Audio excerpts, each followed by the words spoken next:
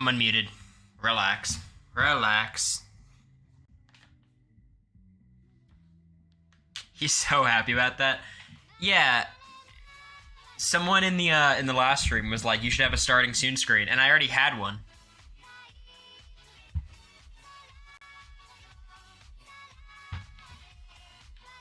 And I was like, "Yeah, let's put it into use." Where's America? That is the most popular first-time chat. Where's the Queen? Followed up by. Honestly, sassy little Libra, you're being a total Libra right now.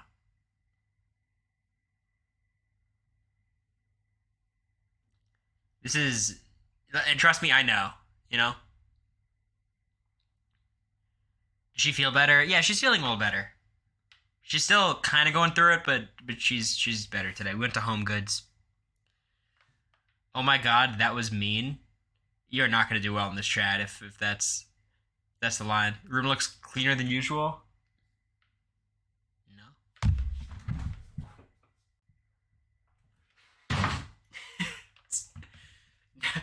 No, actually.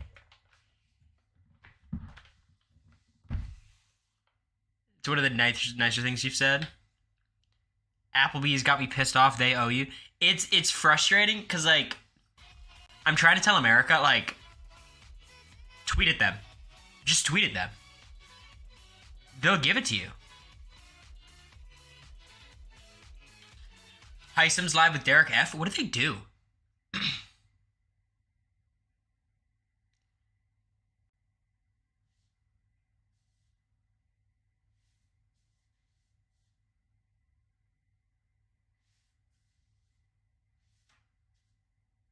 They just chat? It's such a funny pair.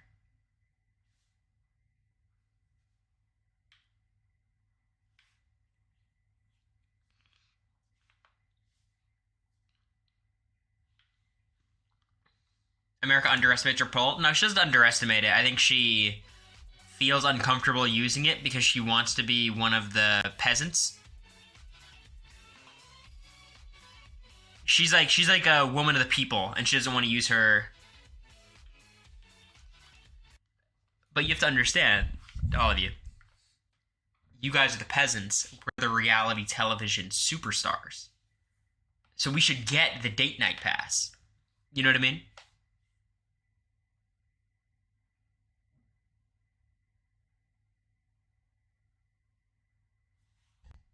You guys agree?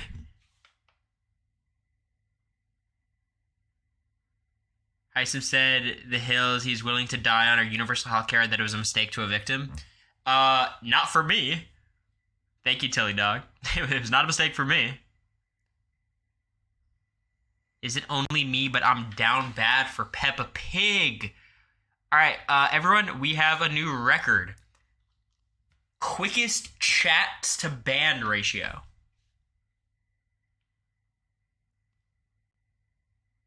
New levels of efficiency. One and done. It's rare to have a one and done in chat.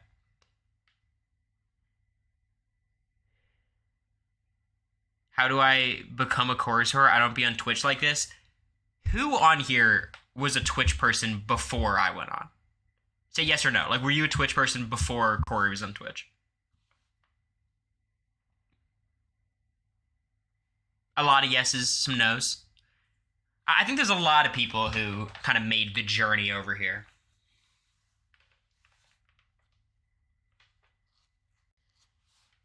And I think it's because, to those of you who didn't know Twitch, I assume, like, your perspective of it, or what you knew about Twitch was like, oh, it's a video game kind of thing. It's a video game platform, you know? Which, oh my god. Whoa, guys. Remember those reality TV superstars I was talking about? One of them's in the chat.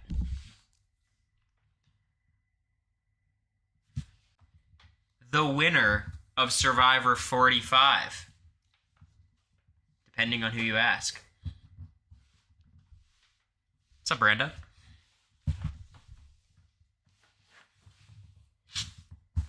Look, if Emily sides with Brando, Brando is in the majority of his swap tribe. Next thing you know, he's in the final three. These games are determined on the margins, you know? Just like that. Scenarios. There's levels to this. Do you guys follow? Oh my god, Turner's joining them. Guys, do we all just want to disperse and meet up again in like 30?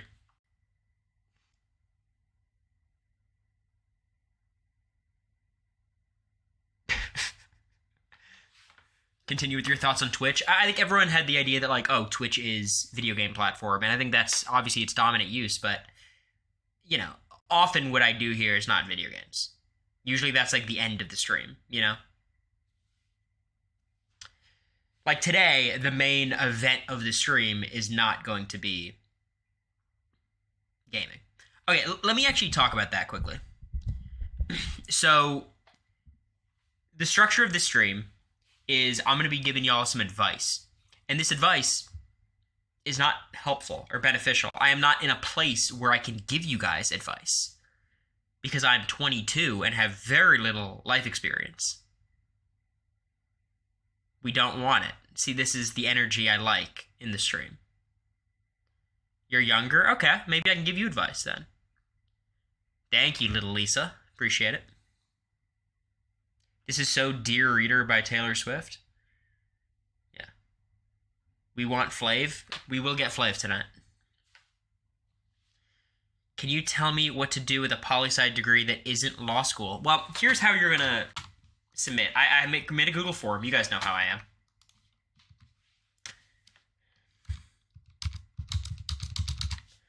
And I'm going to pin one of them.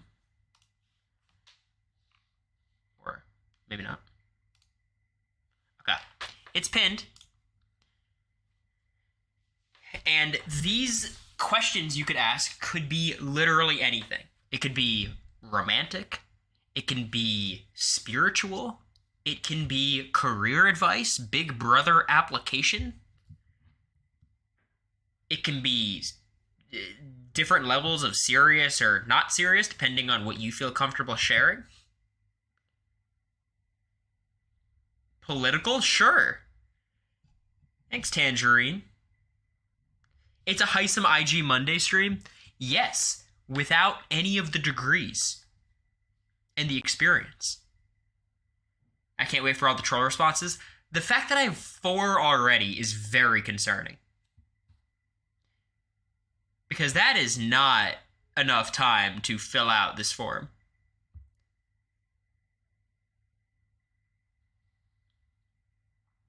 Now, what I ask is in this form, you provide as many details as possible so I can help you with your situation. This is going to turn into an audition video review session. Brando, I was trying to do that, but none of these... I'll say it. No, I'm not going to say it. I was going to say bitches. Sorry. None of Cory Nation... None of Cory Nation will submit videos because they're scared to show their face because they like internet anonymity and they're introverts, which I get because so am I. I would never submit something like that. Cory Nation? It's not Cory Nation. It's the Corsaurs. Stop. Cory Nation makes me feel like we're all going to go storm the Capitol. Guys, when you guys are being bad, you're Cory Nation. When you guys are being good, it's Corsaurs. You understand?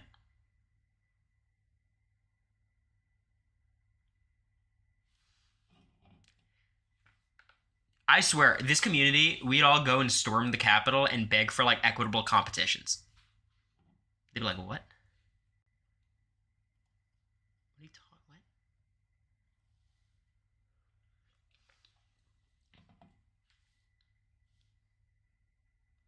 Like a sledgehammer to Nancy Pelosi's desk. Fuck Zombie Week. The only thing Nancy Pelosi knows about Big Brother is insider trading on the stock watch.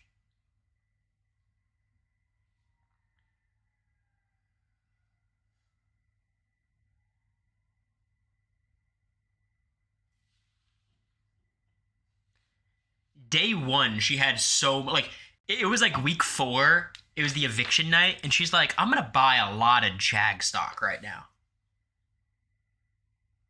You know? And everyone's like, that's weird. And next thing you know, everyone just came in. There's a form pinned at the top of chat. Submit your problems, things you want me to give you advice on. The advice will be perfect. Thoughts on The Bachelor? Joey seems like a nice guy. I'm surprised by how strong the women come on. And I'm sure that's every season. I'm sure the dudes do it too on The Bachelorette. I'm surprised by how many night one kisses. I don't think America and I kissed on night one. It's a bit of a blur, though.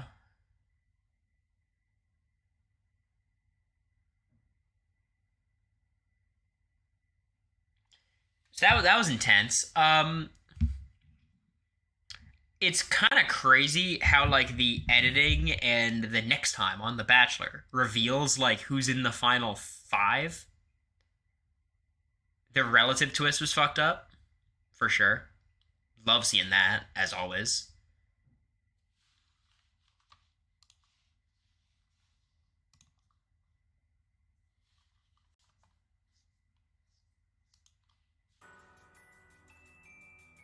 Never watch this season on The Bachelor. First mistake.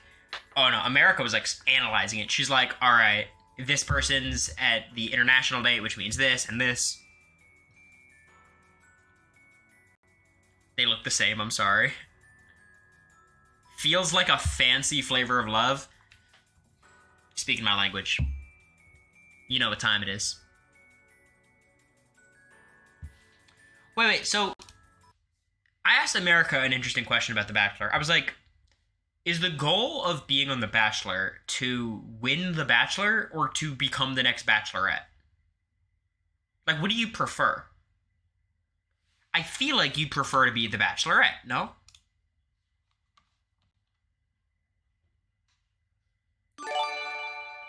Thank you, Kajordan. And then America said, it's neither, it's to be an influencer. Exactly, Doma. Emmy, yeah. Just however you get to that endpoint, doesn't matter.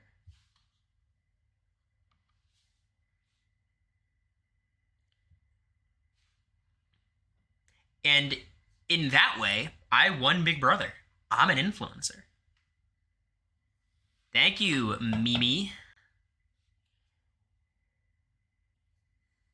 Mimi my bell. Anonymous. Appreciate it. Big Brother's a better dating show? Yeah, but that just makes sense, right? The way we have speech and debate mutuals.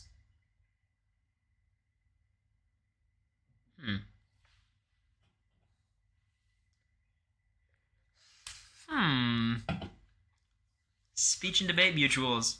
You don't say. You were my 1.01 in my draft. It was fun to watch you play, buddy. Thanks. I think I'm a decent pick for a draft. Because, you know, my archetype does pretty well.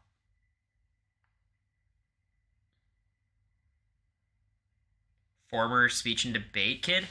A lot of former speech and debaters. You guys are real speech and debate fans? Name one of my speeches. You can't. I got like halfway through making a presentation of my speech and debate journey, and I was like, who the fuck is going to want to watch this? And I stopped making it.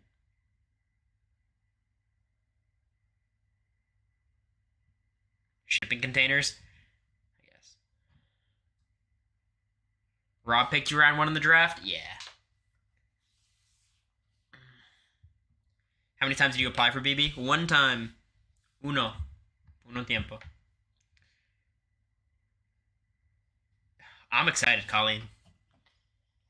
If your problem is being cut at the final four of Roblox Big Brother, I don't have much to say about it. I'll never forget you talking about police reform. Well, there's nothing that changes the world for the better than talking about police reform on Big Brother. So, I read one of the articles you wrote. Confederate cannons or the religion one? You competed in HI? Yeah, that was my brother. Zach did HI. Oh, the private St. Louis police force. That was a speech that I didn't. I might have finished writing it. I never gave it. It was meant to be for this year right now, but then I went to Big Brother, so I missed the first half of the year, and I'm not gonna compete. But yeah, it was a private police. This is like the type of thing I'd give a speech on like the Saturday show, Cory 101. Basically, like there's a private police force in St. Louis that like is allowed to operate, and they don't have to deal with the regulations of like normal policing. They don't have the same like, government oversight, and the police are okay with that because they just go and work on that private force for extra money. How many submissions do you have now? 72. But you all have to understand, 59 of them are not real responses, I'm sure. Did you compete in NCFL, NSDA, or both? Both. I always cared more about NSDA tournaments than NCFLs, but I never like went to CFL Nats, but I've competed at CFLs, different tournaments.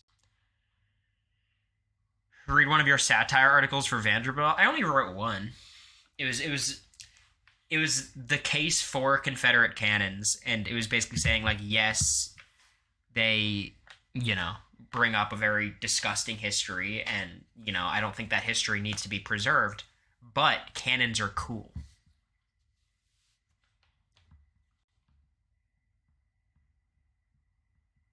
Brando asked what you're listening to. This is Ludwig's stream playlist. It's like 370 songs from. It's like a combination of a lot of them. Yeah, no, and CFL Nats is a dog shit tournament. I don't know, fuck it. Also, to anybody who didn't check it out, go to my YouTube. First video is posted. First, like, real video. We're like 5,000 views, which is nice. Gonna try to be consistent. Love the YouTube video. Yeah, look, we're doing the best we can. I think Matt did a great job. He doesn't have much experience in this. I think he made a really funny video.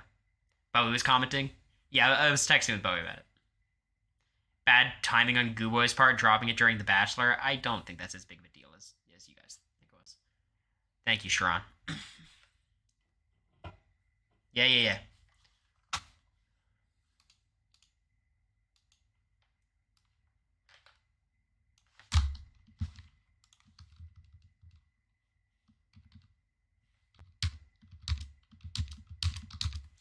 Blow it up. Good job, Gooboy. He did a great job. I did make the thumbnail, though.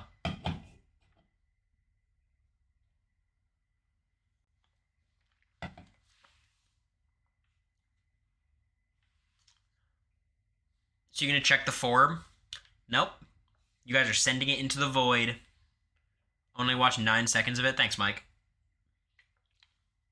I'm sure you'll be able to guess which one's mine. There's no way I'll be able to guess which one's yours. Are you going to read the troll responses, or should I stop doing them? I'm going to probably zoom through them. You're not talking to me. You're talking in the chat, which is my chat. Did you see the Australian Survivor cast? No. I haven't watched Australian Survivor, really. I've watched 2 seasons. 1 season, maybe.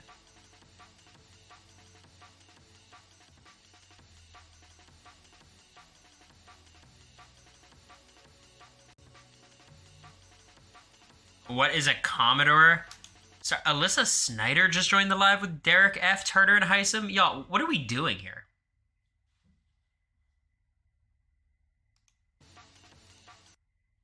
Stefan here? Bet you can guess which is mine. Oh, this is going to be like my son doesn't respond to my texts.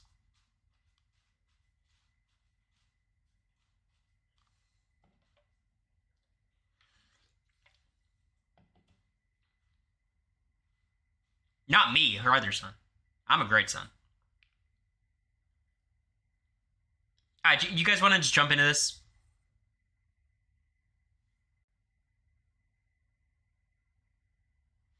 You want to just jump into these? So, I'm going to zoom through these. There's 91 responses. I'm certain all of these are bullshit.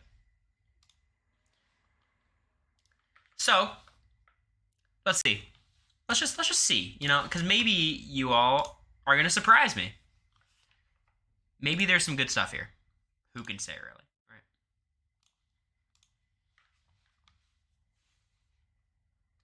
All right. Let me see if I can zoom in for you all.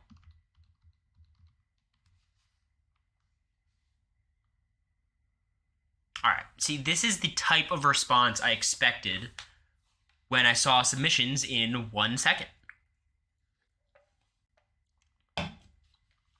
This is where we go straight to the trash.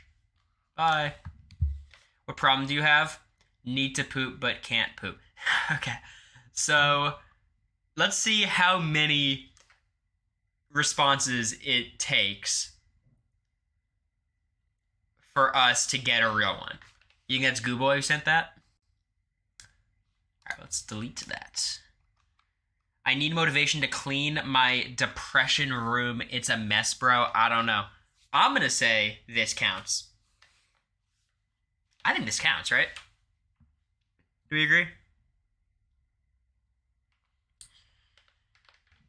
Now, unfortunately, I am the wrong person to be asking about this. I'm not a very clean person.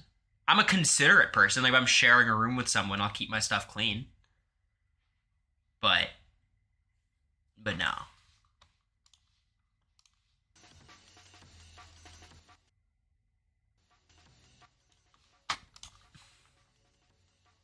You were clean in the Big Brother house? I was not horrible in the Big Brother house. Scramble room was a mess. It wasn't that bad, was it? Being dirty isn't a flex? Does it sound like I'm flexing? So here's my advice. A lot of times in life, I get extremely stressed out about different things that are happening. Maybe it's a relationship thing, maybe it's schoolwork, maybe it's actual work, maybe it's whatever. And what I find is in moments where I need to get something very intimidating done, like a big essay or having a conversation I don't want to have, what I'll do is instead of doing the really hard productive thing that I just mentioned, I'll do the easy productive thing. Like I'll go do my laundry. Or I'll like listen to music and clean my room, or podcast and clean my room. You know? Like I'll decide, like I will have an essay due the next day and be like, now's the time for me to go do all my fucking laundry. And that's when my room gets cleaned. I treat that as like, that's my break. I get to like just listen to a podcast or like watch a TV show while I clean. So basically, don't solve your depression. That's impossible. That's hard. Right? Obviously it's not impossible, but like, I don't have advice to fix that. But what I can say is when you're freaking out, when you're super anxious about something else, that's when you clean your room. Because that's easy. You just put on headphones, listen to something. Don't solve your depression, you know what I mean? And just like that, someone has been saved. Their room's clean. Not enough milk, no matter what I can do. See, this is... Alright, and we're back. We're back.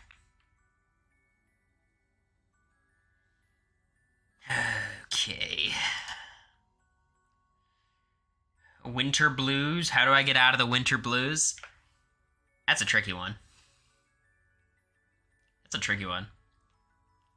I think I'm a big immerse yourself in something you love kind of person. I don't think it's unhealthy when the weather outside is so shit.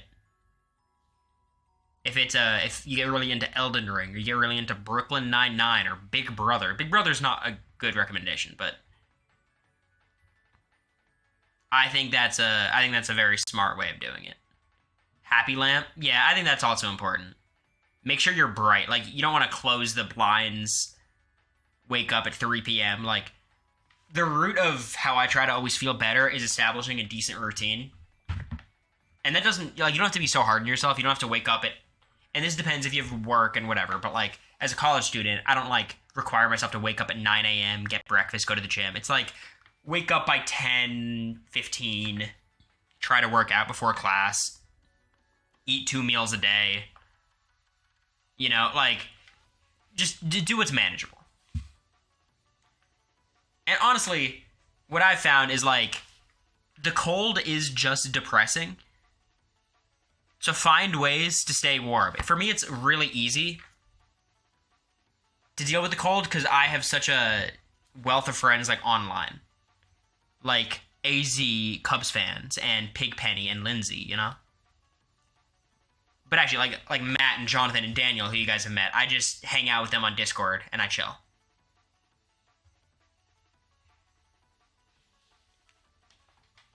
And I have a great time. And I know like it's not the same as, you know, actual in-person interaction. I don't think it's bad though. You just hope mine doesn't kill the mood. Trust me, I'm ready for some actual ones. Not that I can give great advice, but I think we could think about it together. See if we can come up with something.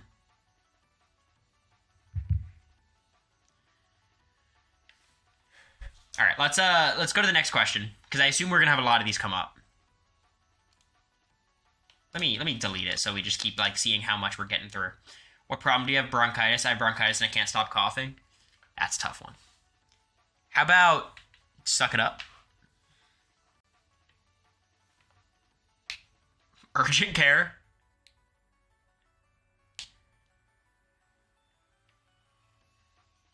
Yeah, go to the doctor. You want to know a funny story about the house? You guys know I had my cough, like my really bad cough, all throughout the season. And I ended up, like America finally forced me, like, you have to go to DR2, which is the upstairs diary room, and, like, have them check on you and give you something, hopefully. So I went, walked up, ding, walked in there.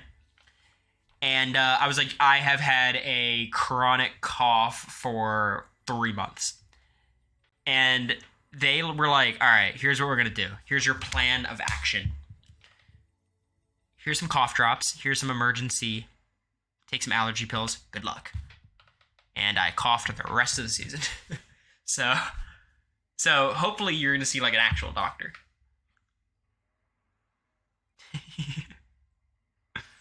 They tried.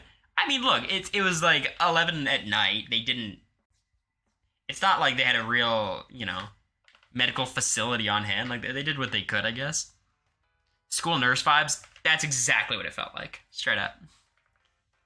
But yeah. I don't know. Cameron was convinced you were dying, said you needed to leave. I mean, I wasn't doing great. He was obnoxious about your cough. I'm like a son to him. You know? The house had a mold problem? I don't think so. I think it was just a situation where like everyone is from different parts of the country and then they come together and they get sick and then like it's just kind of a stew. You don't get unsick. Alright, yeah. Seek help. Go to doctor. How do I rock a Hawaiian shirt as well confidently as you? I literally don't have an answer, hence the question. Some things are just not going to be obtainable, right? Like, I think what's more important than trying to rock a Hawaiian like me is to set achievable goals. You know what I mean?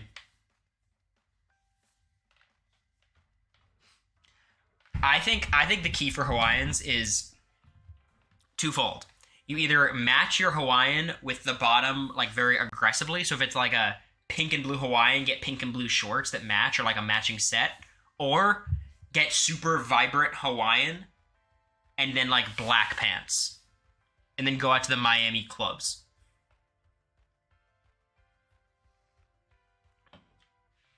And get like the Jag chain. I don't know if you've seen all my Hawaiians. I think this is my favorite. This is my guy. You guys want me to change into it?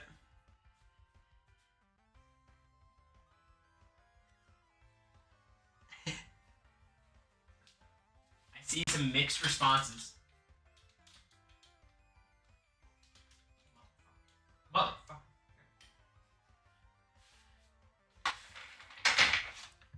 Too far with the Jag chain. Should I wear a chain right now?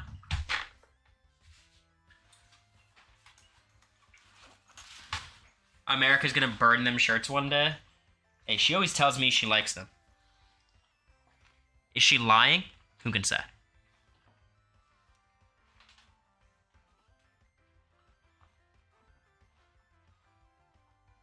Stop lying on her name. Not lying. I'm a truth teller. You guys know that.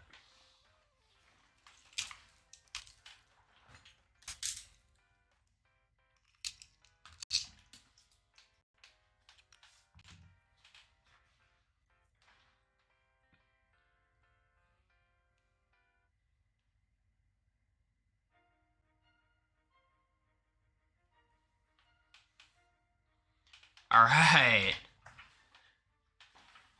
The Jag chain is here. The way you lied about the shrooms. You guys really throw so many accusations out there without any evidence. It's kind of jarring to me. Anyways, go for the Hawaiian shirt. You can do it open with like a white t-shirt under it, or just rock it. You got this. I'm a guy and my ass is too fat. Claps when I walk. Do squats. There's a lot of, you know how there's like a lot of butt guys? It's like weird. They're like butt. All they care about is butt. There's a lot of butt girls too.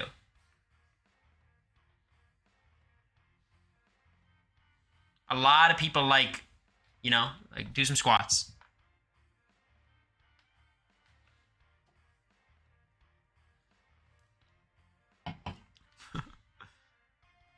You're a butt girl? That's a pin. Alright, okay, that is not a real response. I should be doing homework, but I don't want to. Yeah. This is what we call, in the business, checkmate. There's nothing you can do that will make you do your homework right now, and you have to accept that.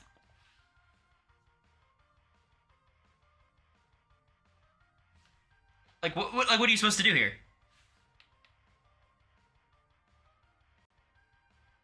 It's a tough spot.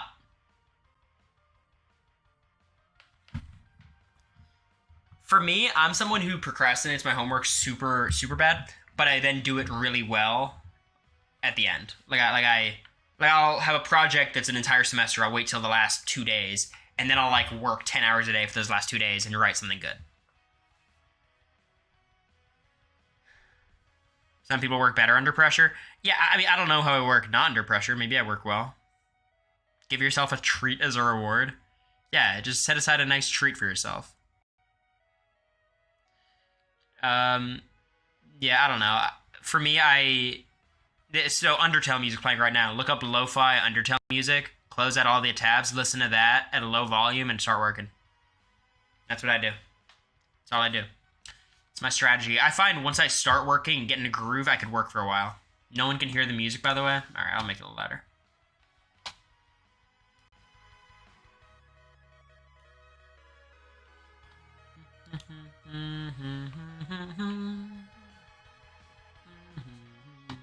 All right, next one.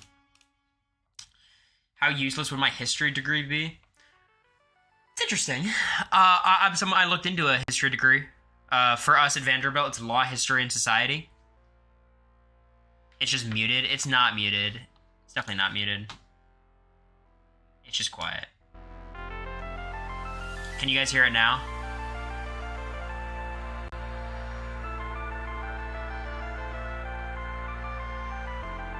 Alright. It's good. Alright.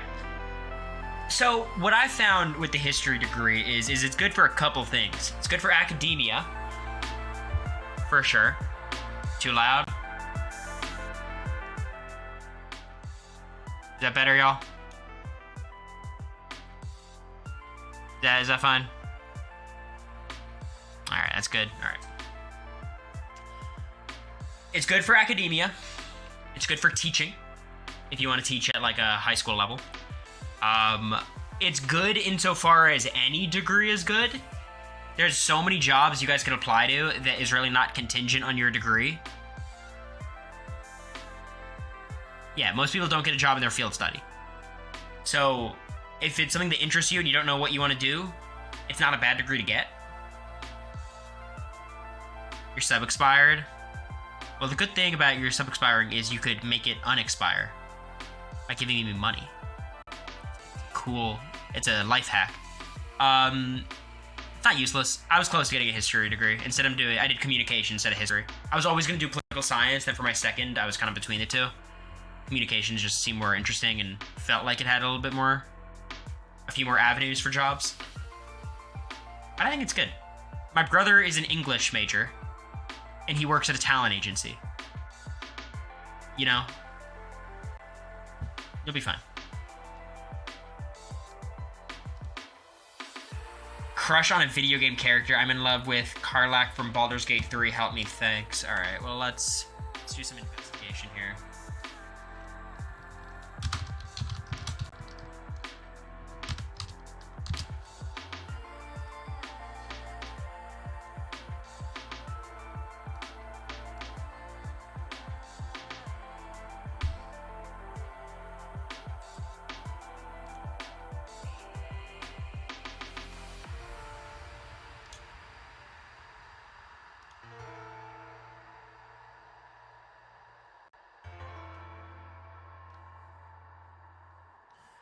Okay.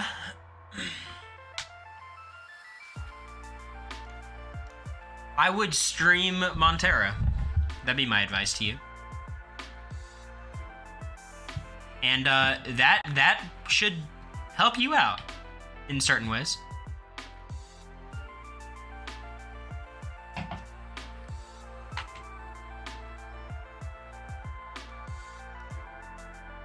I lied to my parents about being at university. I don't see this is all right. Everyone, breathe in. We got a real problem we have to solve. AZ Cubs fan, thank you. 17 gifts. It's crazy. I lied to my parents about being at university, and I don't know how to get out of it. I was kicked out of university for missing a prerequisite, and I never told my parents, and I'm going back to school in the summer, and I've just been faking going to school this semester. Well, here's the good thing.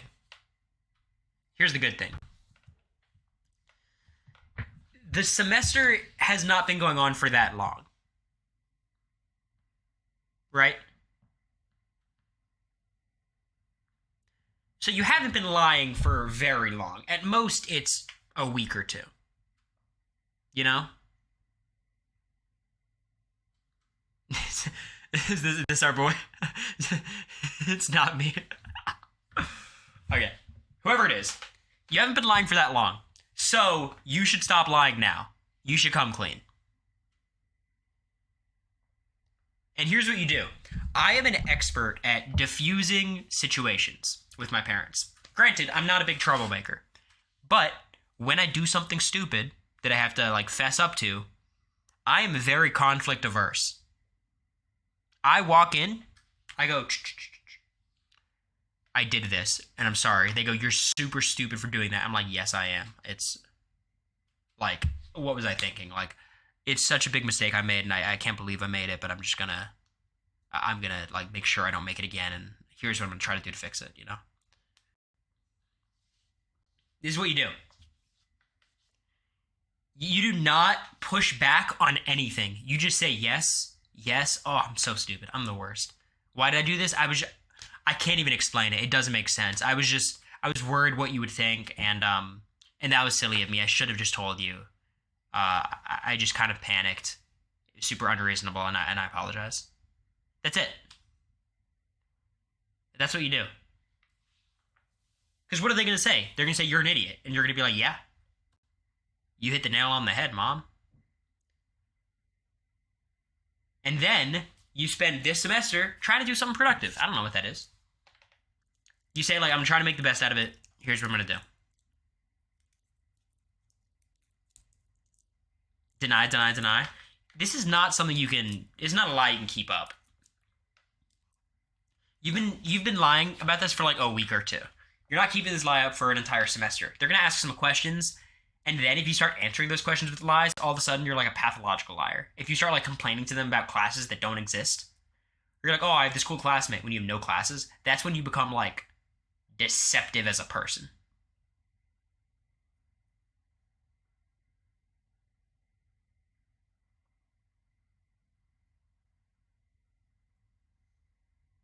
You'd call her hyperventilating after the fact? Yeah. Keep the lie up. You could lie, in which case good luck, but I think you nip it in the butt right now, come clean, apologize for being an idiot, and say you're not going to be an idiot. And then you're going to be an idiot later, but you know. What I find is people are very surprised when you fess up wholeheartedly.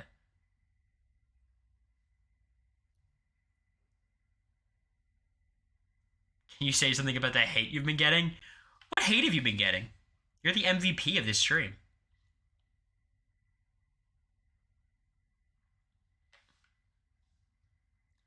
Alright, let's go to the next one.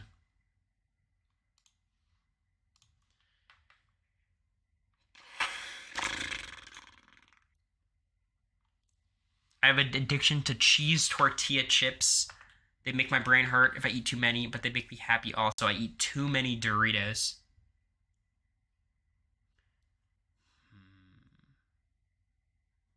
This is a tough one. Sounds like a stoner. Yeah, if you are a stoner, maybe stone a little bit less. A little bit less in the weed department, maybe. If you're not, what I would recommend is the ultimate hack is you have to lower yourself. So you've got Doritos here. How about we lower that right now to like Tostitos and like a spicy hummus or like a salsa or something. And then from there, we'll go down to like pita and hummus.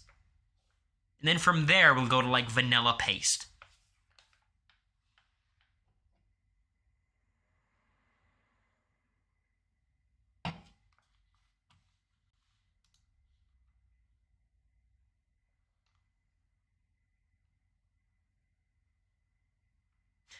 Hey, you see, if anyone's actually giving you hate, like, look, people understand how ridiculous this community is. You guys are super awesome and passionate and sometimes toxic. So am I. You're doing it in lieu of buying birthday gifts? Yeah, don't do that. You've gifted enough, AZ. I appreciate it. Eat so much you get sick and don't want to do them ever again? That's a bad idea. Naan and hummus is the truth? Yeah, that's probably pretty good. Drinking Pepsi. I didn't know you were hashtag real. I'm a Coke over Pepsi person, but this is what they have downstairs. Y'all understand? So we work our way down. Again, it's Doritos into Tostitos and spicy hummus, into pita and spicy hummus, into vanilla paste. Good? Just came from playing Baldur's Gate 3.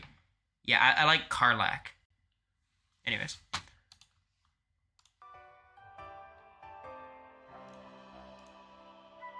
How do you feel about Jess from The Bachelor? Is she the villain? Love it. How to drink more water?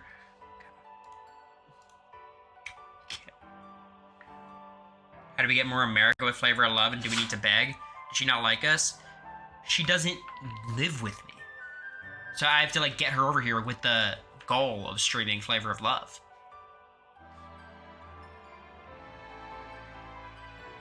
Kind of a lot. Like whenever we hang out, I go to her place. You know? Then she gets mad when you watch without her. Hey, you know how it is. It's always gotta be something.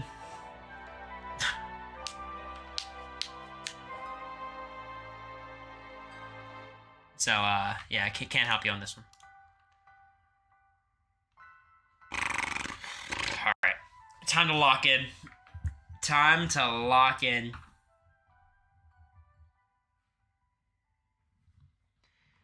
Research ethical decision-making models. Using this research, use one to answer the prompts below. 4 pages with a minimum of 5 references. Use an ethical decision-making model to determine the ethically right course of action regarding a personal decision in the workplace. Okay. Unironically, I've got some tips here.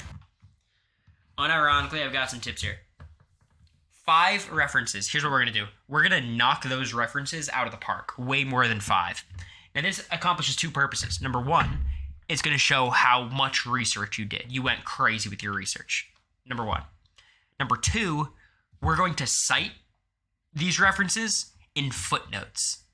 Number 1, looks cool. Everyone likes Chicago citations. And number 2, it's going to take up more space on the page.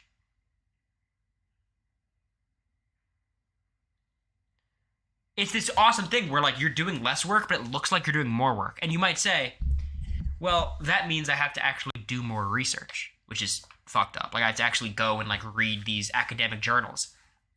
But you don't. Just find, like, a 70-page study and then just cite it and say what you want to say. Say what you want to say and then, like, type up, like, the dangers of a positive attitude, JSTOR. Find something, cite it. 16-point font? That's insane. Periods? No.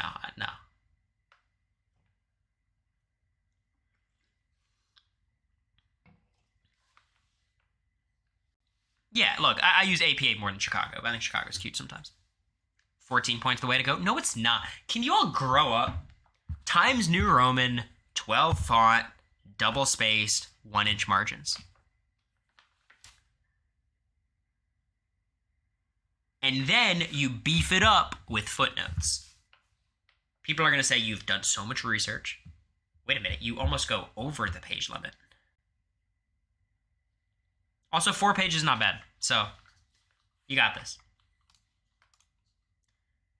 I have no good TV shows to watch. Please don't recommend Lost. There's no good TV shows out there anymore. I'm dying. Watch Severance. If you haven't watched Succession, watch Succession. Watch The Bear. Watch reality stuff. Suits. I don't know if Suits is that good. I like it, but... You did watch Succession and The Bear? I mean, people like Yellowstone, right? I know people like Ozark. Dark. I would not say to watch New Girl. I don't think New Girl's very good. It's cozy, but...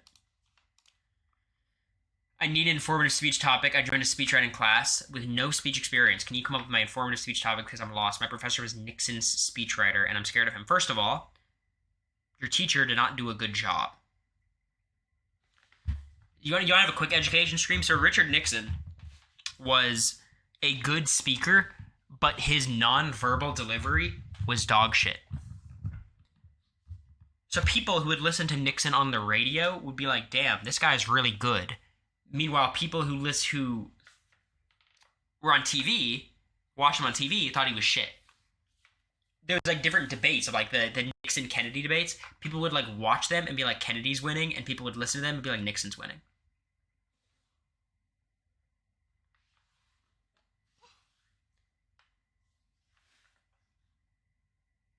So, the point being, maybe the speeches were okay and his delivery sucked. That's a possibility. But you need an informative speech topic. It depends. I mean,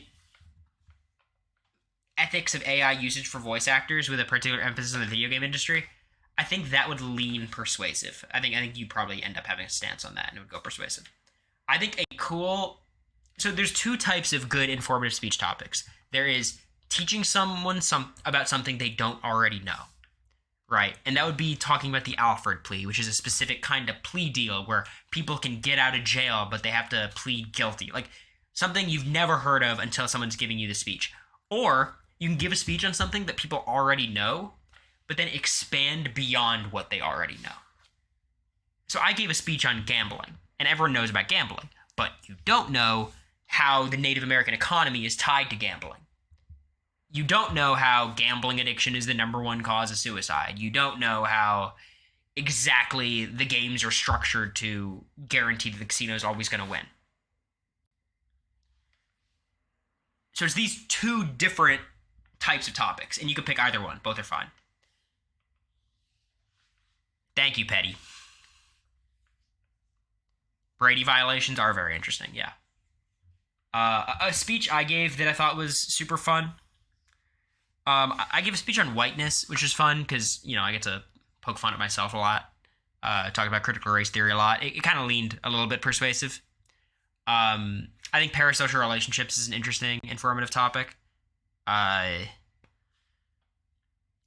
generally I lean with social topics, but could be anything. Expand everyone's mind on the Watergate scandal. That seems a bit intense. We could go through my speech later. My whiteness speech. It was pretty fun. I'm gonna give you one final. Here's a good informative speech. I've seen the speech a couple times, but it's a classic. You'll be fine. Offensive architecture, which is architecture designed to not allow homeless people to sleep on it, and it's pretty fucked up. But it's super interesting how physical things show certain ideologies. It's really interesting. Power World's a hot topic. Honestly, that'd be a good speech topic. You'd have to do so much context though, because you'd have to be like, okay, well, first of all, these people might not even know Pokemon really, and then you'll have to describe Power World. Then you're gonna be like, okay, what's generative AI? I said ideologies. I'm an ideology, not ideology.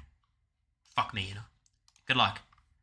My son wants to move to New York and did not tell me. I just found out online. What should I do? Talk to him. Wants to move to New York and didn't. Okay, this is Stephanie.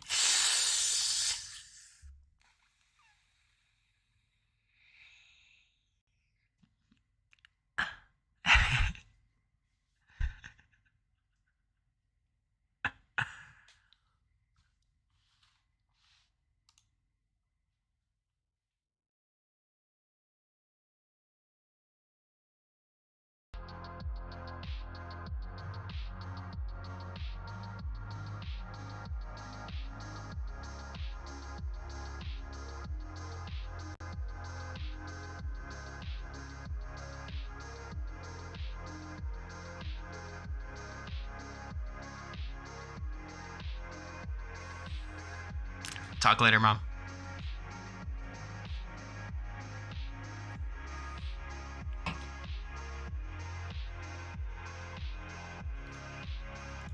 Maybe just be supportive.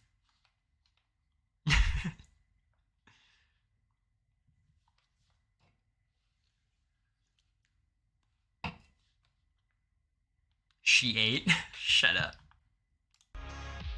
Yeah, but tell her first. Now she knows.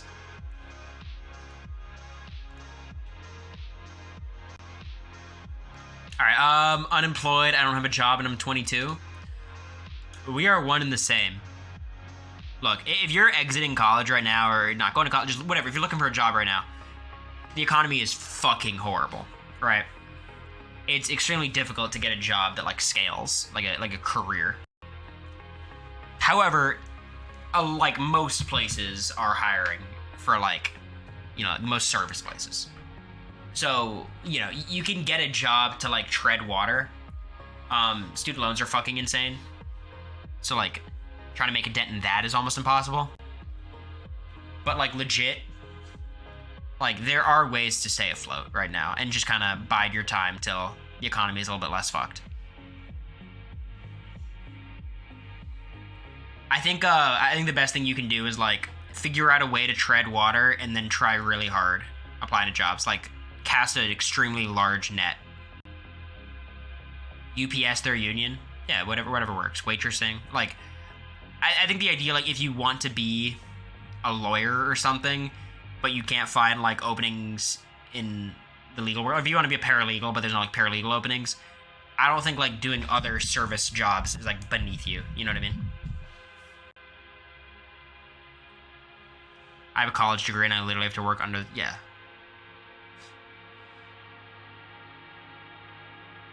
Thank you, Shell. It's pretty fucked, but it's a tough spot. I mean, that's literally part of why I'm going to law school. And law school is extremely expensive, and I'm in a privileged spot where I'm able to do that. But like the economy's fucked right now. It's not a good time to look for a job. If you're in college, do you on-campus recruiting? Yeah. All money, basically. How do I stop skipping class? I'm lazy and it leads me to not want to go to class. I'm a second year in college. I'm nervous I'm going to fail.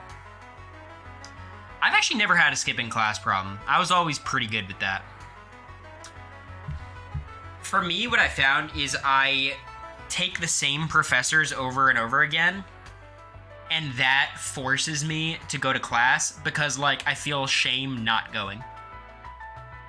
You know, like, they know me and they'll, like, reach out to me if I don't.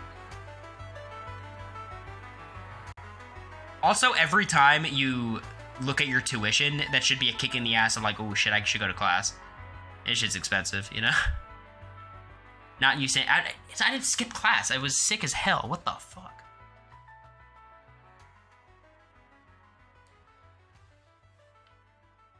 Find good professors that interest you? Yeah. And honestly, like, so much of skipping class, I think, comes down to the schedule you create for yourself. If you create a really shitty schedule, you're not gonna go. If you have 9 a.m.s, like, I've tried to convince myself to not go to my 10 a.m. every single morning of my 10 a.m. And then I end up going. You know, just don't, like, build a schedule that's not going to fuck you. If you have a class at 2 p.m. and 3:15, you're probably going to end up going.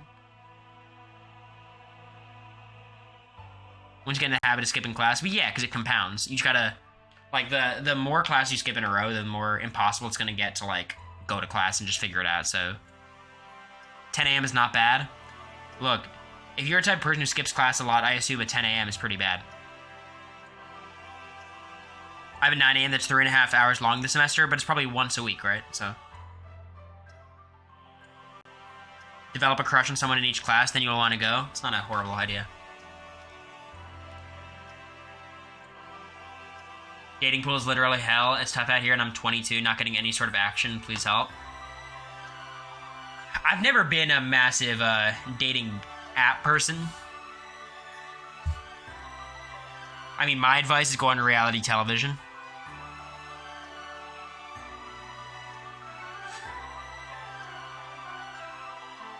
Go to bars? Yeah, but that's not for a lot of people. I think the best thing you can do is join social activities, clubs, based on your interests. You know what I mean? If you're big into working out, right, join like a walking club. If you love hiking, join a hiking group. If you're super into a sport, like, you know, and then that's like a very healthy way to get active, be yourself, improve yourself, and meet people with, you know, similar interests, like-minded people. Right. And you don't treat it as I'm going to the billiards club to find some hot singles, right? Just going to that club is going to get you out there. Right. Also, especially if you're like, you know, entering like a new area, just ask people to go to shit. Not like, it doesn't have to be like members of the preferred sex, just to be like, hey, yo, you want to go get a drink or something? I've always found it's easier when you have like a person with you. I think it's very intimidating just going by yourself.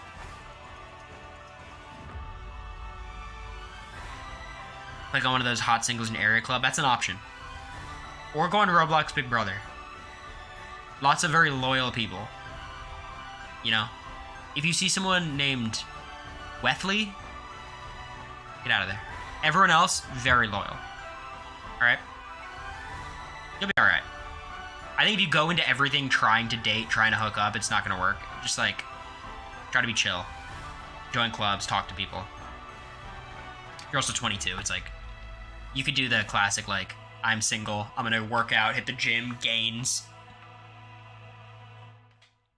You know.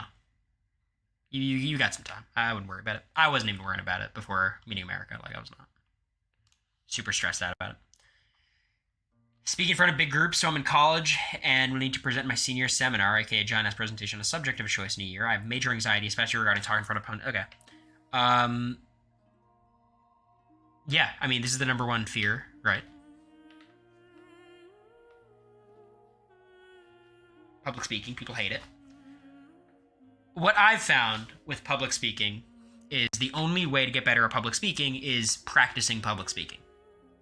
Go out there and speak, right? And it doesn't have to be to big crowds. It can be to, go to like a little auditorium, a little stage, just anything, and speak to your friend in the audience. Just being familiar with where you're going to be giving the speech helps a lot. You can kind of like map out what you're going to do. Take notes, of course, right? Like I assume you're either going to have a script, teleprompter, maybe just bullet points. If you're an expert on the topic of which you're speaking, you're going to feel a lot more comfortable up there speaking. Another thing that I like to keep in mind is you know your script, no one else does. So what you recognize as like, oh, that was a big fuck up by me, no one's going to even realize. You know? Imagine you're in LARP and it's your quest. That is... I didn't think about that. That's a good idea.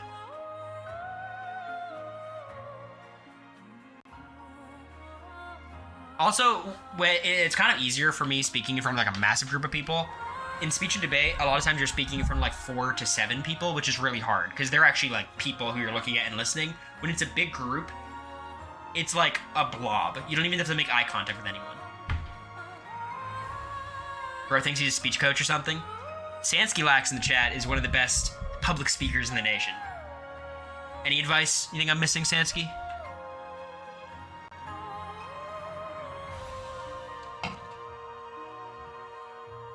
I've had many rounds with Sansky Lax.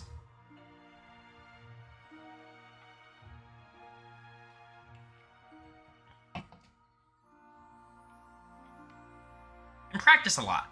There's no reason not to practice a lot. Have your script in front of you. They're not going to force you not to. It'll be fun.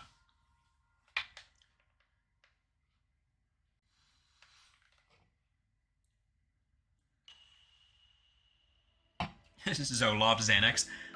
Shrooms. Faking confidence always helps. Yeah, but I think it's pretty hard to do in practice, you know. Taking acting or improv. Eye contact is one of the hardest things. Looking above people's heads is a great cheat. Yeah. Especially if it's a big audience, you don't even have to make an effort to look at people in the eye. Just look at the mass. Yeah. And also, recognize that most people aren't even listening to you. They're on their phones or some shit. Like, ultimately, the public speaking event is the biggest deal for you, and for everyone else, they're just waiting for it to be done. You know? Just get through it. You'll be alright. No one will love me. Been single for 8 years. Still can't find anyone to love me. My ex broke up with me because he didn't want to get married or have kids. 2 weeks after we broke up, he was living with a girl, and now they're engaged and have a baby. Well, okay, so clearly you were dating a liar.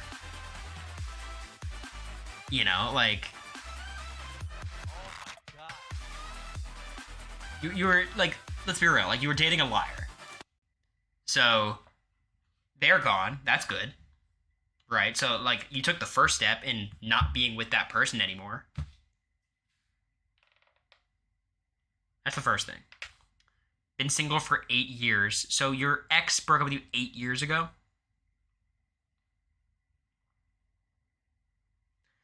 I think after being single for 8 years, it's probably really hard to, like... I don't know if you've, like, dated since, or you've trying, or if you've kind of been biding your time, chilling. But what I'm reading here, 2 weeks after we broke up and he was living with a girl and now they're engaged and have a baby, he was probably cheating on you, right?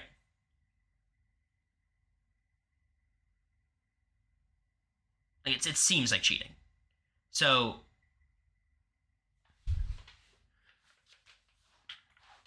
Like, fuck that. Like, cheaters, gone. Death. Maybe not death, but you know what I mean.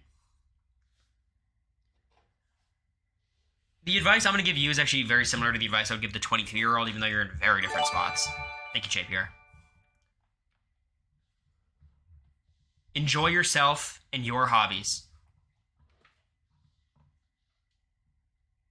Try to meet people naturally as opposed to forcing the issue. And honestly, I don't think dating apps are a bad idea if you're like, no, I'm going to just get it back out there. It might not work. It might not succeed. But, like, just to force yourself to go out on some dates, once you go on, like, 2 or 3, I think it becomes a lot easier to go on the 4th, 5th, and 6th. And like when I say like the love yourself first kind of thing, like it is very cringe, but I don't mean it insofar as like love yourself and then people will have an easier time loving you. It's like do what makes you happy and you're gonna seem a lot happier to everyone else because you are gonna be happier. Dating happy people is a lot easier than dating sad people. You know? Like always do a background check on people before you dating them. Do things you like. Try to see if you can do them in like organized group settings. I think another way of doing it is like try to friend of a friend kind of situation. I'm not someone who can just go out to the club and hit on people. It's not how it works. Thanks, Anonymous. Kirby. Yeah, Kirby. Hey, let me know how it goes.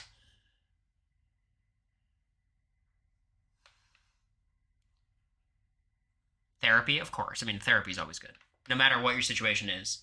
The pooping guy, I'd also say go to therapy.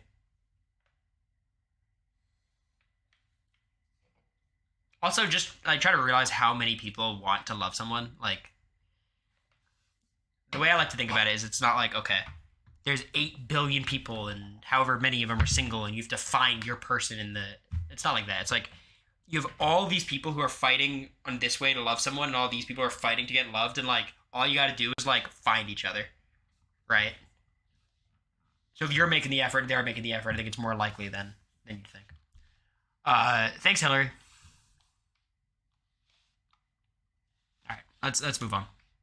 Good luck. I believe in you. Anxiety around dating relationships. For most of my life, my focus has been on academics and friends over romantic relationships. Now I'm just a tad older than you, and the idea of dating intimidates me. Dating's scary. That's just the reality. It's fucking scary as hell. Like I don't think you need advice. You know, you're just like one of us. You're one of every. That's how it is. It's scary. I think there's a lot of things that can make it less scary.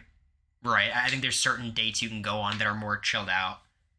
Like I think museums, zoos, hopefully ethical zoos, but something where it's just like walking around, there's an actual activity attached to what you're doing could be a lot less intimidating than like a one-on-one meal sitting at dinner, you know? I think that's sometimes scary. Cuz it's like shit, am I supposed to be talking? Are you supposed to be talking? I don't like that. Movie is the easiest date. I think movie Heidi is like too far on the other end. Like you don't even meet the other person when you're watching a movie. You know? Don't get blackout drunk. Blackout drunk is very scary.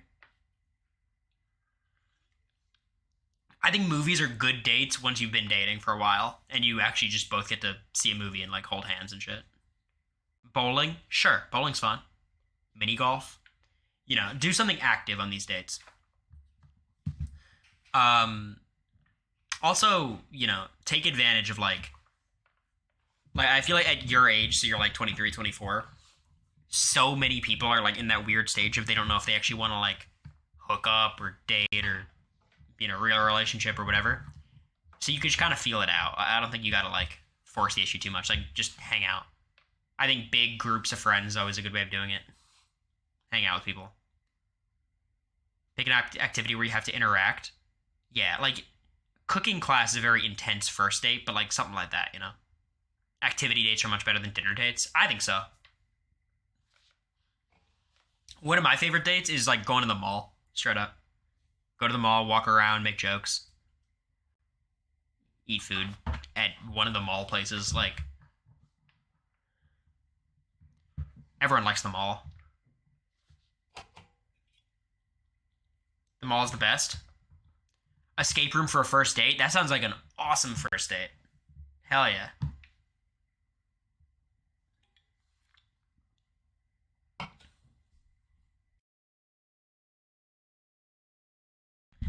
My agoraphobia cannot. Okay. Well, maybe. Look, having anxiety about that's not a problem. That's just the reality. Get yourself out there. Attach yourself to one of your friends when you're doing it too. Make it easier. Like I have a friend who like did not date at all in high school, college. Now he does dating apps and he has like 3 dates this week. It's the most it's like so unlike him, but Once you kind of rip off the band-aid, it gets a little very intimidating. Like, you know the meme of, like, the worst they can say is no, and then it's something much worse. Like, the reality is, like, on a date, as long as you're not horrible and creepy, you'll be, like, it's not, it can't end up that bad. You got this. It's not, you know, it is intimidating, though. My faves keep losing on reality TV shows. I keep standing people who can't win comps. I'm sure pre-game you could look at those people and assume they were not going to win comps. Make better picks. You're new to the channel. What's up?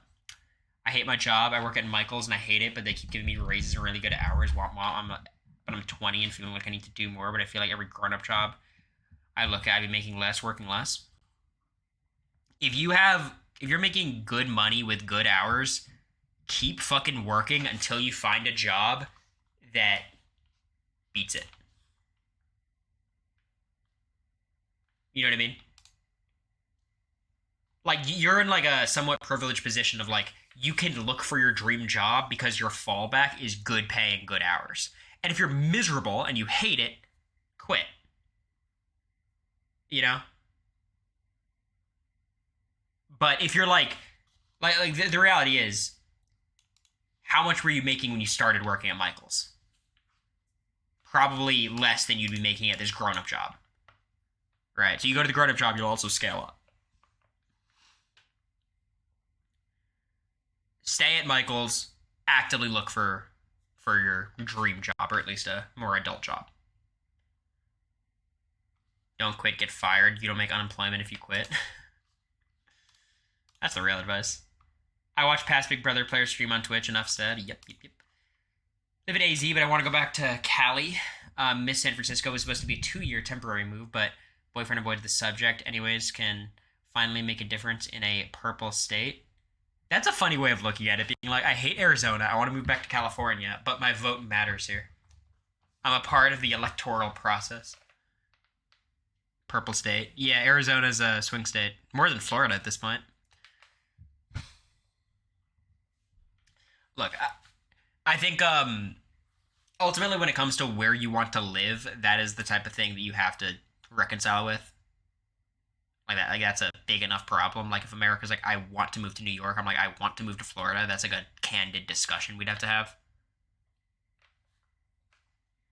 That's not something you could like avoid, right? Like say, hey, you've been avoiding this subject, but like it's really important to me. Like, what's the deal? How are we gonna figure this out?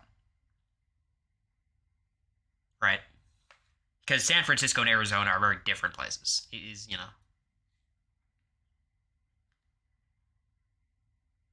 If you move for him, he has to at least open the door to the conversation. And obviously, it can be hard for him. Say he has his career in Arizona, right? It gets complicated, but you know that's just weighing what's important to you. But definitely have to have that conversation. How do I fix my sleep schedule? Tell me why I just woke up at 5 p.m. Damn, sleep schedule is fucking hard. What I do is I work out really hard before I go to bed. So like, say I'm trying to fix my sleep schedule, trying to go to bed early. I'll just work out really hard, like run around and do cardio, and then pass out. It's like a productive way of fixing it. But even then, like when I go to bed early, I could still sleep late, you know? So one way or another, try to fix your routine with like either a meal or a gym. If you're like, I gotta go to breakfast at 10 a.m., it closes at 10:30. That's how you force yourself to get up. Or you say, okay, I have to work out before class or before work. You know, that's my advice. Like, you fix your schedule by putting like immovable things in your routine, whether it's working out, whether it's eating food, whether it's some third hobby I couldn't think of. Melatonin. Yeah, melatonin makes a lot of people groggy though. I like melatonin. Melatonin is horrible for you. I've heard mixed things. I'm studying abroad and need to meet my British soulmate. I'm 21, preferably part of the nobility with very limited time to make this happen and high social anxiety. You do not want to be part of the monarchy. Red flag, first of all.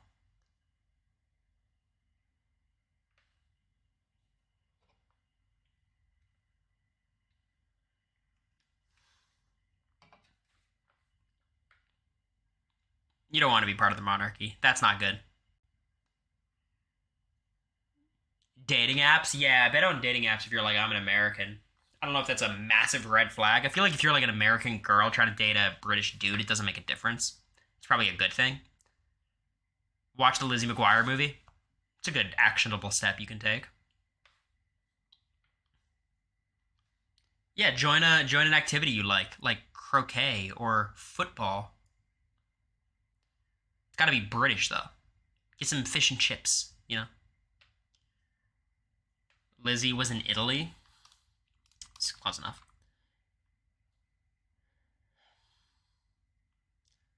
Okay, I do know what you're talking about. I figured it out. Um, get off Twitter. I'm scared of everything and everyone. Yeah, it's like that sometimes. Talk to yourself. That's what I do. I talk to myself a lot.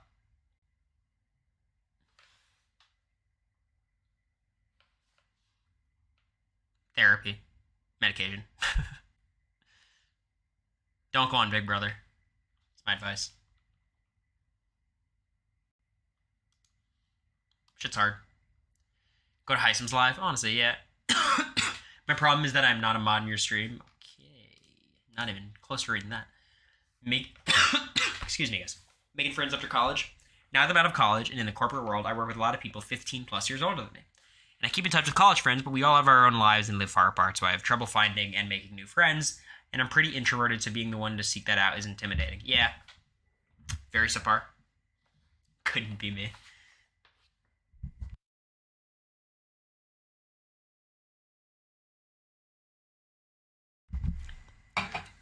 Now, I have a question. Do you guys find a solution to this problem being fan communities?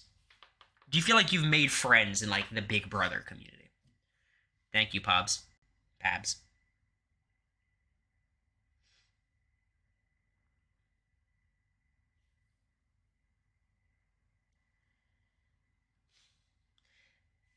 It's a place to start. You know. Are there still, like, those dating apps for friends? Like Bumble Friends or whatever it's called?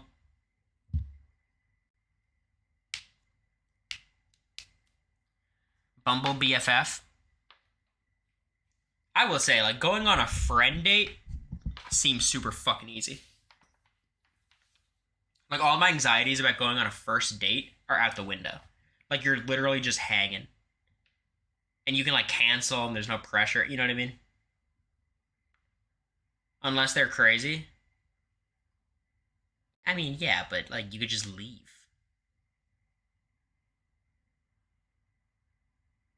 Met her close friends through Bumble BFF, yeah.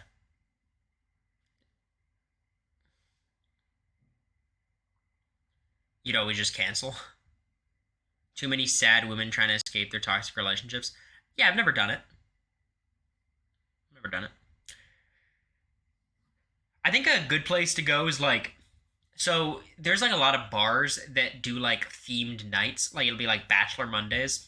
And if you like The Bachelor, you go and it's all people who like The Bachelor. Or like maybe you're in New York and it's like a Knicks bar. And everyone's fan of the Knicks. Like trivia night, sure. Like I think these are all like good things to go to where like you already have a common interest built in and then you can just go and talk about that and then go from there. It's kind of hard when like you're just going to a bar and like sitting by yourself, like just like what do you approach someone with, as opposed to like oh you're talking about the show that you're all watching right now, Survivor Watch Party in New York, yeah.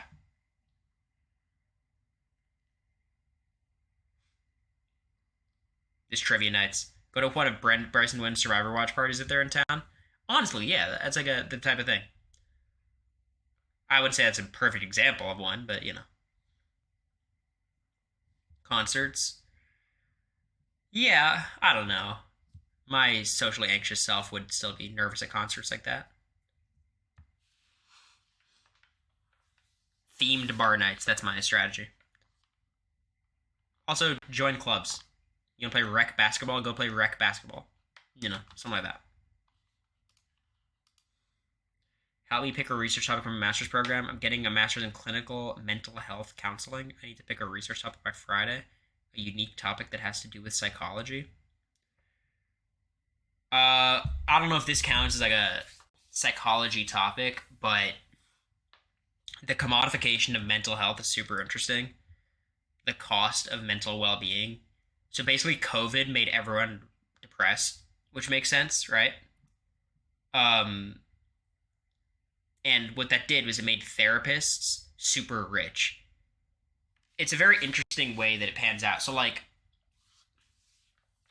do you guys know how an ailment and a disorder is added to the DSM? Basically, legitimized. Which the DSM is like a list of like all the different diagnoses you could have. Things are added to the DSM by vote. There's like no fucking clinical process to it.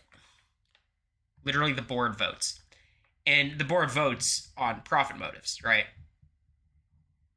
It's like super super weird, and that's why you have things like video game addiction in the DSM, like you know. And the reason is once you can diagnose something, you can medicate for it, which is why people there's so much more medication out there. And I think medication is a good thing, of course, but certainly there's a lot of people who benefit from just like pouring medication at people.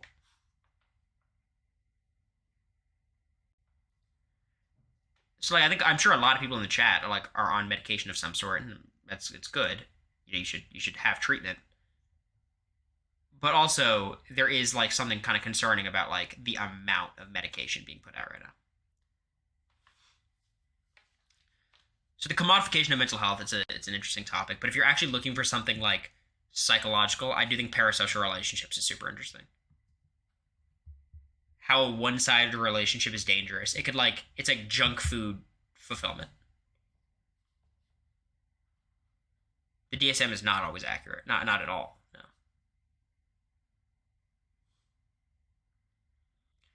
I'm trying to think if there's any other.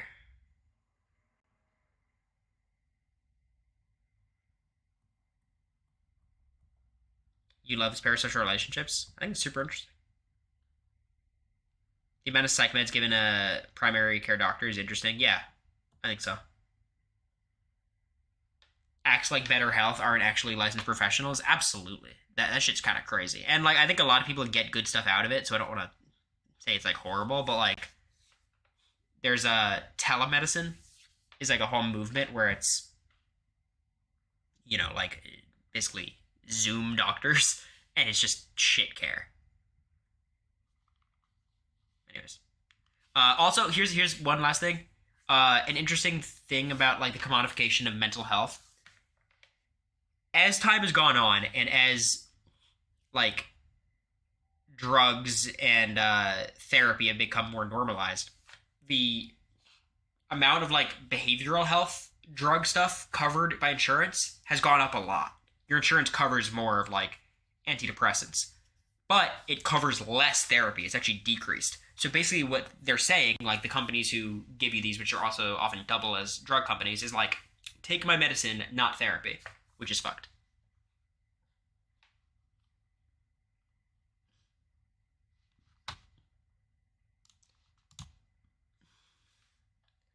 Telehealth works. Yeah, I'm sure it works. It's just like as a direct substitute, sometimes it can be dangerous. Asexuality and how it's misdiagnosed as female sexual arousal disorder. Yeah, that sounds super cool. It almost reminds me of not really. I was gonna say like eh, more milk. No, I don't think so. My milkshake hasn't. Okay. I can't tell if my.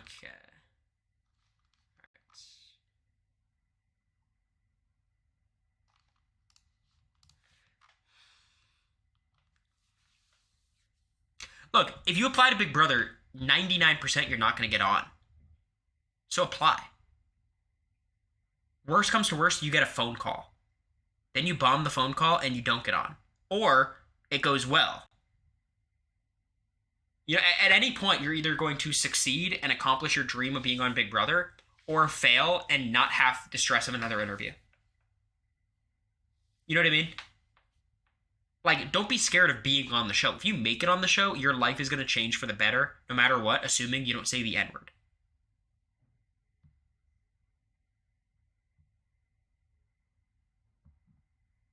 Right? What's up, Nat? Maybe right now you're too concerned to be on the show. Like, you're like, I'm not ready. That's fine. Send in your application now because the reality is, like, you're going to need multiple shots to get on. And if you're such a dynamic personality, you get on first try, you're going to do a great job. America was so close to not going on the show. She called in like sick to work the morning of the casting call. She went, her life changed. It's the best thing she's ever done.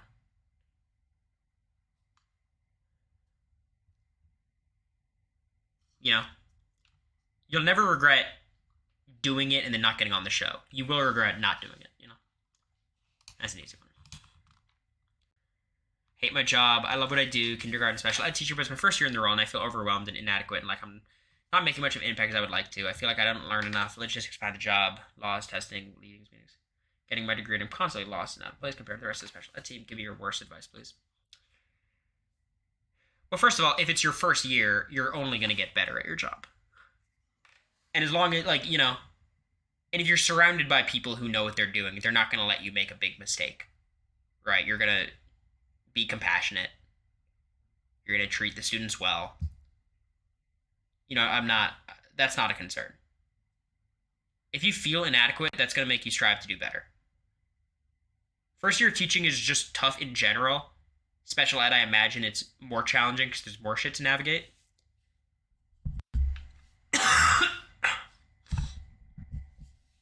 Just stick with it. And if you really feel like it is overwhelming and you're doing a disservice to the students, you know, that's a decision you can make. But it's your first year. You're saying that you like feel inadequate compared to the rest of the team. That's a good thing because that means the team's going to have your back. Just make sure that whenever you don't know what you're doing, you ask. You know, there's no shame in asking and being told what to do. There is shame in not asking and then fucking up. You know, you'll be all right. I'm starting college next week. Any general advice?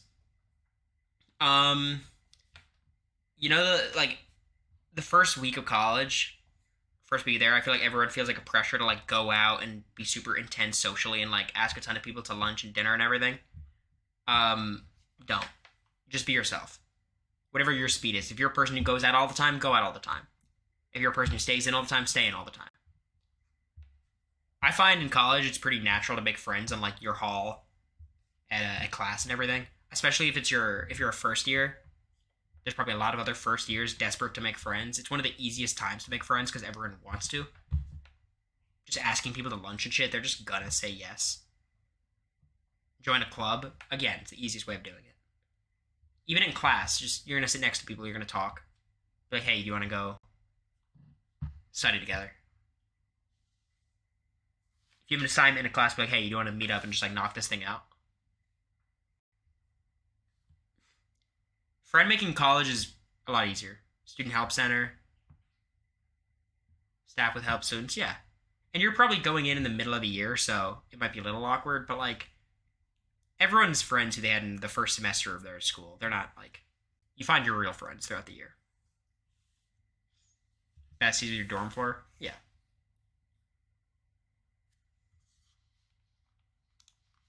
You'll enjoy it. College is so much better than high school. Recently moved to a new city.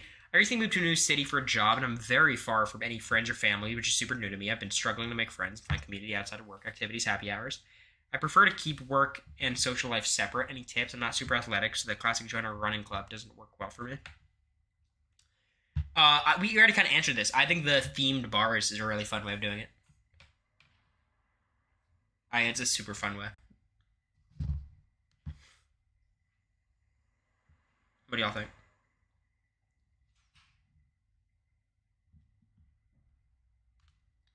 Join a running club.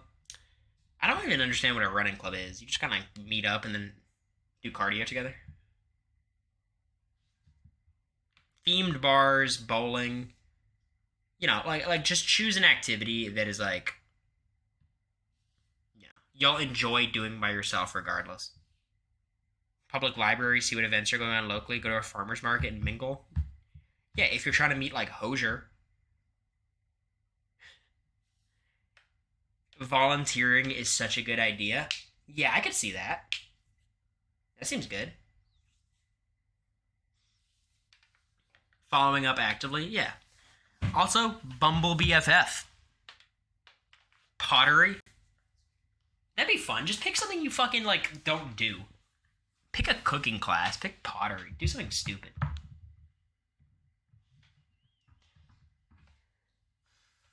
I like volunteering. That's my answer to you. Volunteer. How to network. New to the workforce. I've worked interned at good companies and don't keep up with networking. Help Skeezy Boogie Bear. What I find is people who want to network are so aggressively like wanting to network. So get on LinkedIn, send some stupid messages. The ones who are into it are going to respond so hard, you know?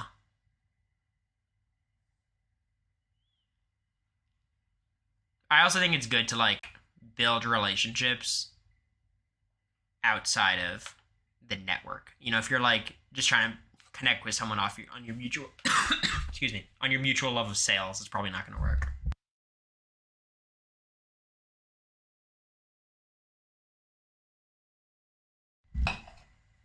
Volunteering is great for networking.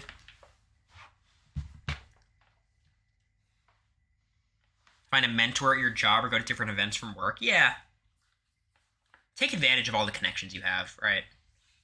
We live in a nepotistic world. That chronic cough. Yeah, it's not great. Work happy hours, affinity groups. Anyone who goes to those like networking events is actively trying to network. So you can go up and shamelessly network, you know? This is the one place where I'd give you the advice of just go to the fucking networking events. In general, people want to help, and if they don't, yeah. Naughty boy's been stuck in your head for 24 hours. Hey, don't tell me. Tell Bowie in the comments. I'm a speech and debate public speaker who has huge social anxiety. I struggle with anxiety because of my ADHD, and pre-COVID I was really struggling and depressed because of my poor social skills. There were times where I don't know what to do with my life, and many graphic things crossed my mind. I found my calling as a marine affairs major. Holy shit, that's a cool major. Is that like marine politics? Marine international affairs? I'm giving public presentations, studying law classes to become a full-time speaker. That's amazing. Because of lingering things in the past, I have very little self-confidence. Sometimes feeling I'm not good enough. I know you're a speech guy, and I was wondering if you had any advice for dealing with social anxiety and self-doubt to ensure that I don't take any steps backward. I can't adapt. I may be 19, but I've learned to mature myself every day. Thank you for reading, and I apologize if it's too controversial. No, not at all. So, what I found is public speaking was a great source of confidence for me. Public speaking was never something that made me feel less than, right? And what I think is important is to realize the goal of what you're doing. For me, when it came to public speaking, I wasn't just trying to persuade my audience of something or inform them about something. My goal was always to, what's the word? So like obviously there's the primary goal of whatever your speech is trying to accomplish, but also I like the idea of like artistically expressing myself, finding my voice within speech, within public speaking. And I had a really good time doing so.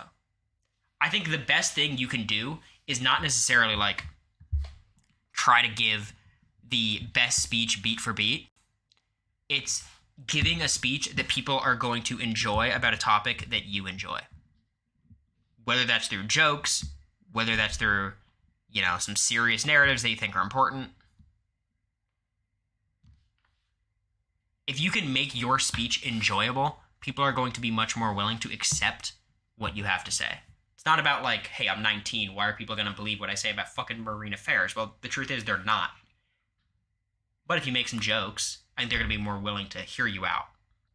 Or if you gain some authority by speaking very genuinely in the start, they might be more likely to like, you know, help you.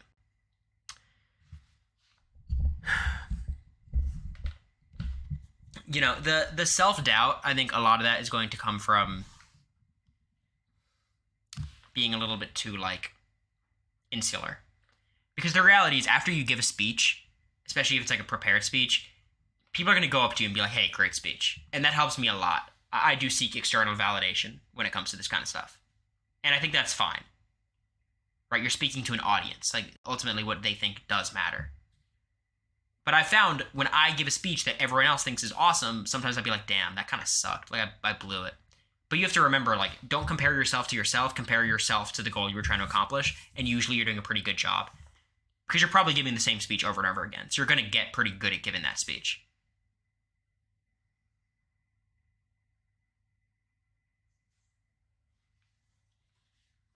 So, like, just keep that in mind. Like, did your speech accomplish what it was trying to accomplish? Did the audience like it? The answer is almost always going to be yes. And whatever self-doubt you have is like a fabricated result of your anxiety.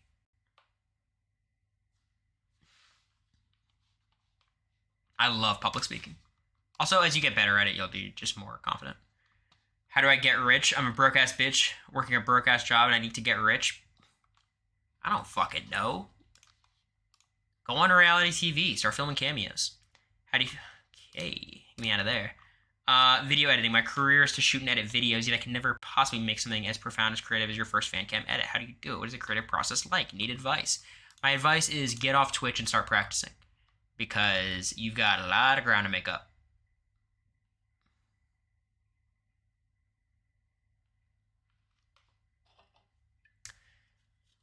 On my period, but I'm glad I'm not preggers. Hey. Look at the bright side,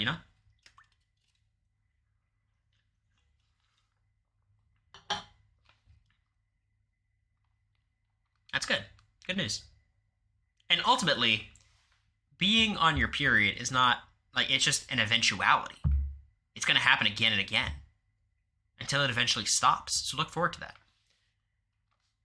How do I help my best friend who's in a very toxic 3-year relationship, and despite multiple interventions from my friend group and her siblings to get her out, she hasn't left, even though she's admitted herself that she's miserable. And honestly, I'm kind of getting exhausted for being the same time. Okay.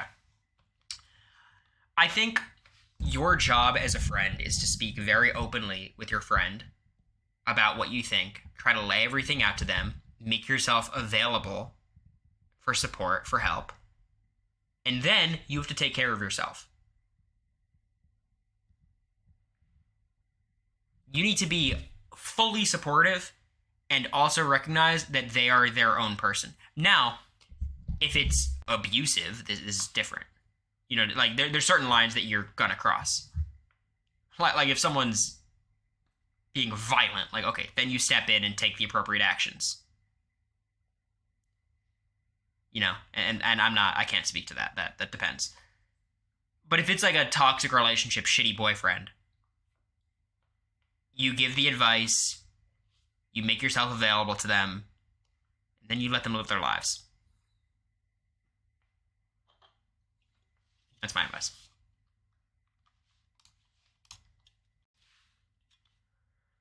I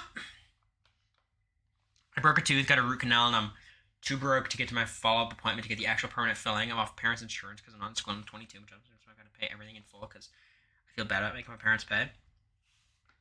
Yeah, I mean, this is horrible. I don't know. It is a tough one.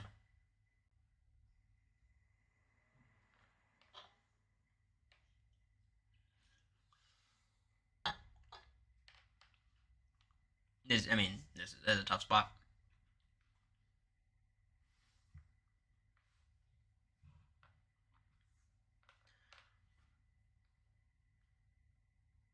I think you speak to your parents about the situation.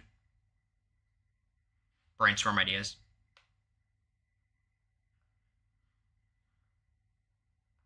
But I really just don't have an answer to this. It's like the healthcare system's broken. Anxiety stopped me from doing anything that's comfortable. Advice how you manage anxiety, especially since you've gone on reality TV. I'll be very quick because I've answered this already, basically. But like, talk to yourself a lot. That helped me get through stuff. Distract yourself with media to a healthy degree. Like, for me to shut off my brain, I need to, like, watch a YouTube video or watch a TV show or listen to music or listen to a podcast or something. But you don't want to like completely partake in escapism. Like that's not helpful. But talk to yourself, and then your friends who are willing to be there for you, let them be there for you. Rely on them. For me, that means Matt. That means America. My brother. Like, there's people who want to help you, and like let them help you. Journaling is another. I mean, it's basically the same thing as talking out loud, whichever medium you prefer. Fear of judgment is hard. Like external validation is something I need, and I still need it, and I have a lot of that now from the show. But I also have a lot of negative from the show. So like, what I've just tried to grasp is like try to objectively evaluate yourself and like, okay, did what I do here, is it worthy of criticism, or like are the people who are hating on me just haters? It's a balance. But look, trust me, I'm trying to figure it out with you. Jealous of my bestie and boyfriend. Long story short, I'm a junior in high school. I met my boyfriend, college freshman, through my best friend because they're childhood best friends, go to the same college, dated middle school. I'm jealous of their friendship because they're the same age, and my best friend understands my boyfriend better than I do because of how long they've known each other. How do I not be jealous? Because I trust them both, but I'm jealous of their connection and understanding of each other. Well, okay. Can I be a little bit transparent here? I think you might be jealous in general and might not trust their relationship that much.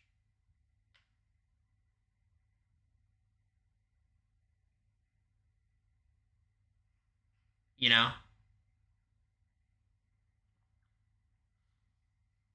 I think that's I think that might be what's happening. If your big problem is we're not the age difference is a little weird. I mean, junior in high school is what, like 17, and at college, yeah, like you guys deal with the legal part of it. It's a freshman in college and a junior in high school, like, yeah, you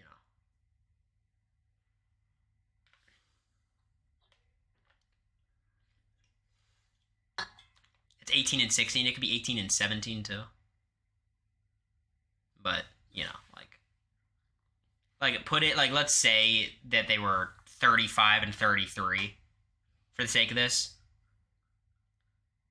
Let's say it's 35 and 33. If your issue is the bond that you have is not close enough, like I think your bond with the person you're with should feel different from like that person's bond with a friend. And if it doesn't feel different, it's probably a problem. But that's just me psychoanalyzing your situation. Dating someone in college, well, in high school is tough. Yeah, it's funny because then you go to college and it's like a junior dating a freshman. It's like a senior dating a sophomore. It's not weird, but it does feel like a difference. It's a different dynamic for sure. My friend's boyfriend cheated on her. Basically, the first night at the club when my friend boyfriend left, he made out with two girls and put his head between waitress' breasts. Also was grinding with multiple fat women. This is the Snooki thing. See, you guys are lucky that I have pop culture literacy now because of America. Because 1 year ago, I would not get it. America showed this to me yesterday when she was trying to tweet for The Bachelor. It was like she thought she should tweet about that being the note, but then it was too obvious, she thought. I don't know how to define myself in a PB casting video. I have a lot of things about myself, but I don't know the best way to frame it. I think it's finding your most unique attributes and then hyperbolizing. For me, like I'm really good at speech and debate, which is not exciting, but describing myself as the best persuasive speaker in the world is exciting. If you have a cool job, leading with that's fun. I swear, like some people get on the job, like McCrae being a pizza boy was awesome. You know, that helped him get on the show for sure. So if you have like a job like that, lead with it. I don't think in Big Brother you need the whole like, as a pizza boy, I encounter a lot of people, and because of that, I'll be able to encounter all the people in the Big Brother house. Like that doesn't matter that much. I'm not too worried about that. So show enough personality in your video. A lot of it comes down to like how charismatic of a speaker you are. Like that's almost more important than necessarily what you're saying. You guys saw my audition video. I didn't say shit about myself. and it worked, you know?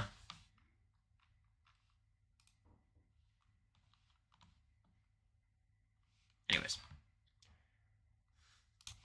Most interesting stuff, hyperbolize. I'm a senior in nursing school. I don't know what specialty to go into and if I should continue with schooling or not. I kind of want to be a nurse attorney, but becoming an attorney would take much more schooling, which I don't want to go through.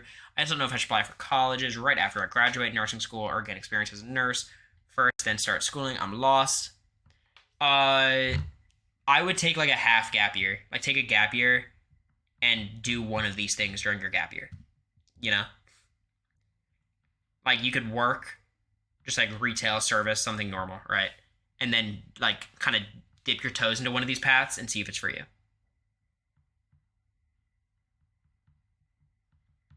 I think gaining experience as a nurse is probably a good call. I think it makes sense to like gain actual practical experience because it'll be super helpful if you end up being a nursing attorney, if you end up, continuing like postgraduate stuff. I think that makes sense. Just based on the limited information you've given, that feels like the right call to me.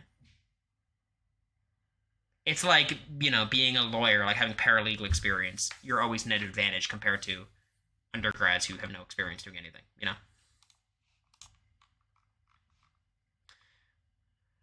My dad doesn't love me. He was cheating on my mom with this one woman 2 years prior to my brother and I being born. When I was born, he wanted to name me after said woman became clean. My dad got her pregnant, then cheated on that woman with her best friend. He has since been an absentee father who is rich but does not truly provide for his poor children. Yeah, that's a lot. Seems like not a great guy.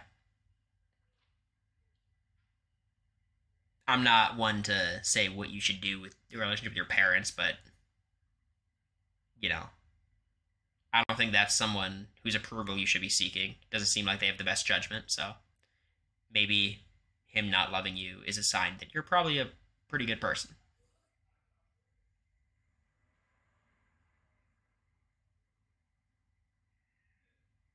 You know, like very clearly, this dude's the problem, not you. And I think if you're able to objectively look at that, you could seek approval in like more healthy areas because this is, I mean, come on, like I'm reading this and I'm like, what the fuck? Like I wouldn't care about what this person thinks, but he's also not my dad, so I get it.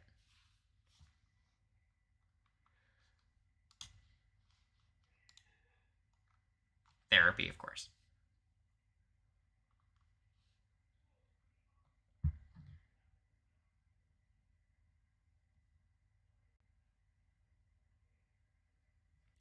Coworker. My coworker asks me to get her a coffee most mornings because she knows I stop for one every morning. She only sometimes Venmos me, but it adds up, and I'm poor. What would Cory do? Um, I would say pay me. Like money. You don't fuck around with that. If you're poor and you're paying for someone's coffee every morning, honestly, what you should do is like keep track of like buy them coffee for a week and then like keep track of what they haven't paid you and then by the end of the week be like, hey, you owe me this much, just whenever you can send it, like send it please in the next couple of days, and that'll like kick them in the ass like, oh shit, they're keeping track, this is embarrassing. And then if that doesn't work, stop buying her coffee, of course. But I think generally when you have people who like act like this coworker does, they think that it's not a big deal, and then when you show it is a big deal, they'll get on it. Yeah.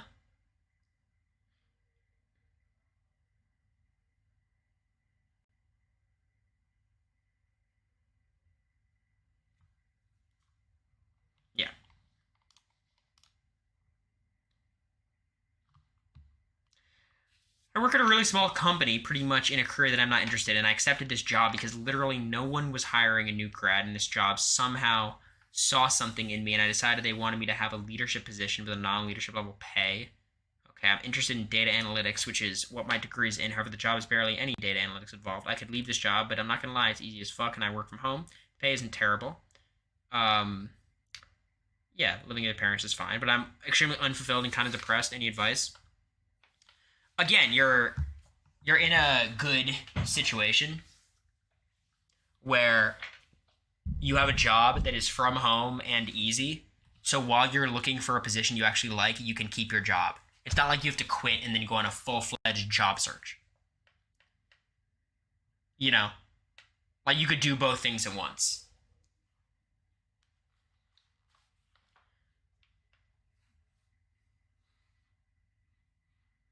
Also, like, leadership position with non-leadership level pay is a scam. Like, the nice thing is it should be nice resume fodder when you're applying to another job.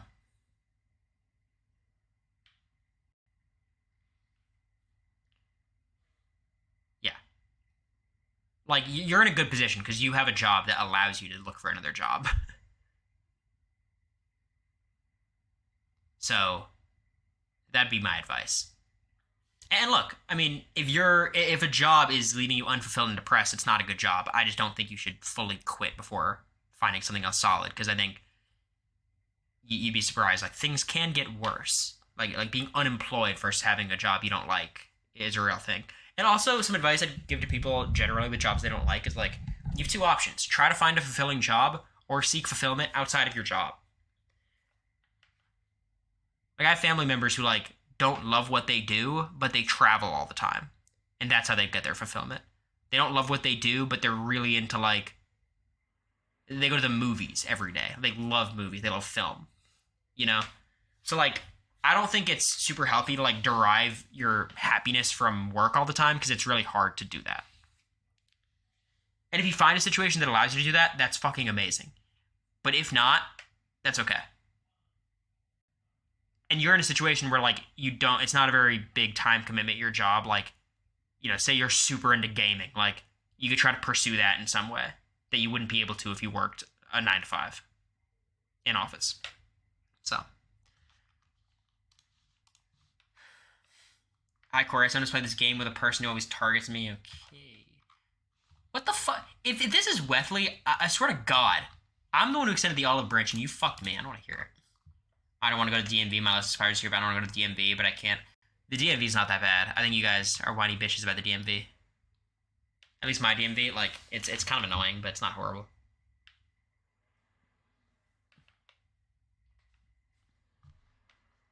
Like, you'll be fine. Just go. Hyperfixating on unattainable crush. Okay, so I've been single mostly by choice for a long time, and suddenly I have this really obnoxiously obsessive crush on someone there's no chance of anything with. We don't live in the same place. Honestly, I feel like I'm more obsessed. Yeah, I think you're right. I think you love the idea of being with someone more than that person. And, like, your fixation on that person just makes it a lot easier for you to not seek relationships, like, realistic relationships. Like, the second you find someone who you actually like, you'll completely forget about this random person across the country.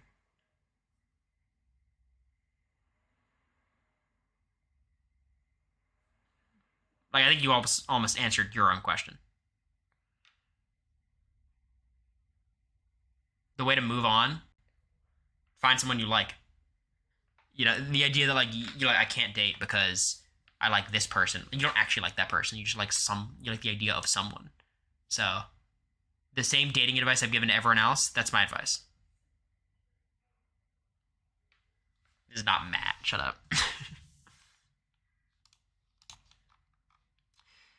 Anxieties about adulting. A lot of my friends are in different places than me, so it's been a hard transition. Luckily, I started working soon, but I was wondering if you could give me some advice on how to overcome these fears and manage my adult life. Dude, I'm in the same boat as you, But I will say it's mostly the same advice I've given a lot of times. Find a hobby. I think the theme date nights are fun. Or the theme bars. Like, we've already basically been through this, though. And, trust me, I'm with you here. I'm trying to figure it out.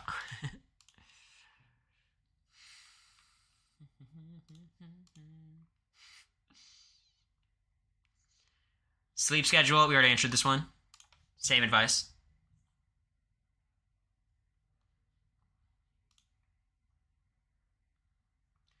Hard for me to talk to anyone. I have problems making friends. It's usually awkward anytime I even try to talk to anyone. I blend in the background during conversations unconsciously and sometimes consciously, and even in classes where speaking is mandatory, it has cost me points in Socratic seminars. I know you are in speech and debate, so how do I get out of my comfort zone and talk to more people? Speak up. Unrelated, but thank you for everything. You're welcome. I have found that public speaking was a great avenue for me to break a lot of my anxieties. Being able to speak in front of a big group of people made speaking in smaller groups a lot less intimidating to me. And I think what you'd find surprising is you'd be like, okay, if I'm not able to speak to smaller groups, how the fuck would I be able to speak to a big group? It's actually a lot easier. Because you're not really having a conversation with anyone, you're just speaking your presentation to the masses. It's easier. It's the same thing in driving. In driving, people have this idea that driving on the highway is a lot more intimidating than just on normal town roads. It's not. The highway's fucking easy. It's a straight line. The roads is where you got a lot of lights and pedestrians and shit, and that's a lot scarier. So go on the fucking highways. Put yourself out there in that aspect, and you're gonna be like, damn, this shit's not that hard. And then it kind of trickles down. Girl, it's scary. It's really not.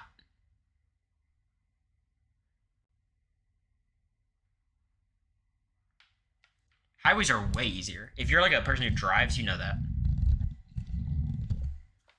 How many more are we going to respond to? I think we're going to get down to 50 and then stop and then save these for another day.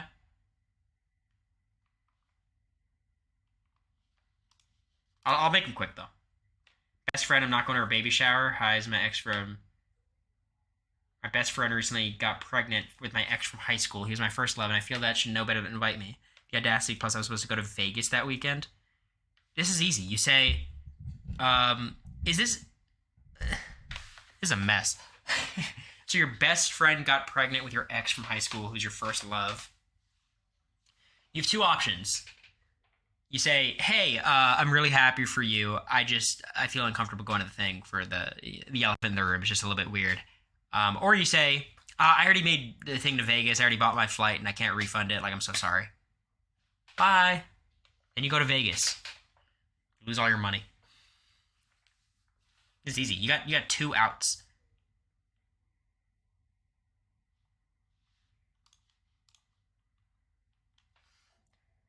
Political problem.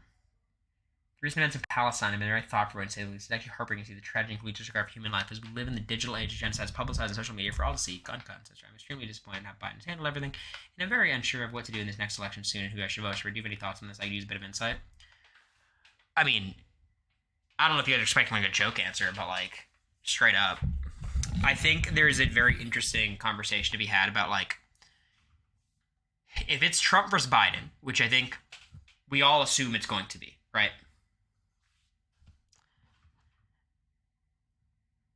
I don't want to vote for either option because they both stand for things that I would deem to be evil, right? I think that's how a lot of us feel.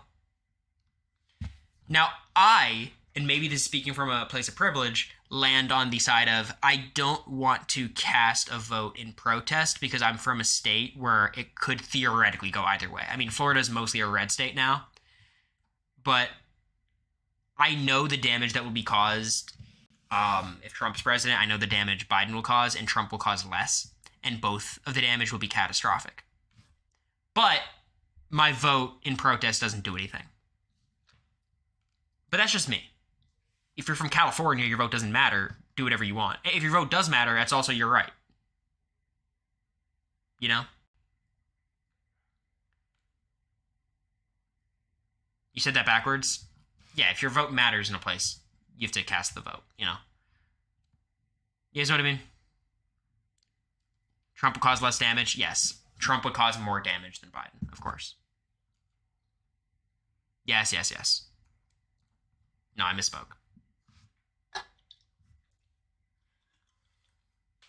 I would never vote for a Republican, and I'm pissed I have to vote for Biden. That's where I'm at. That was a close one.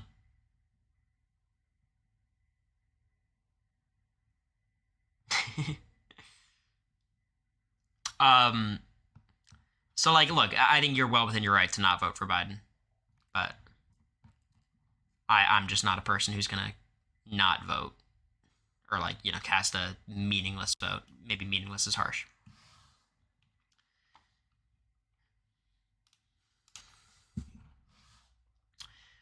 Kid stole virtual currency. Daughter's friend logged into Roblox on daughter's computer and saved her password in the browser. Daughter repeatedly logged into her friend's account. Daughter's friend logged into Roblox on daughter's computer. So your daughter stole money. Hmm.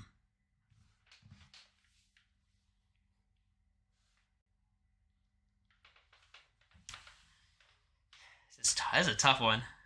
Queen. You guys back this girl? Um, First of all, you have to evaluate what she bought. Were these smart buys? If they were, what are you gonna do?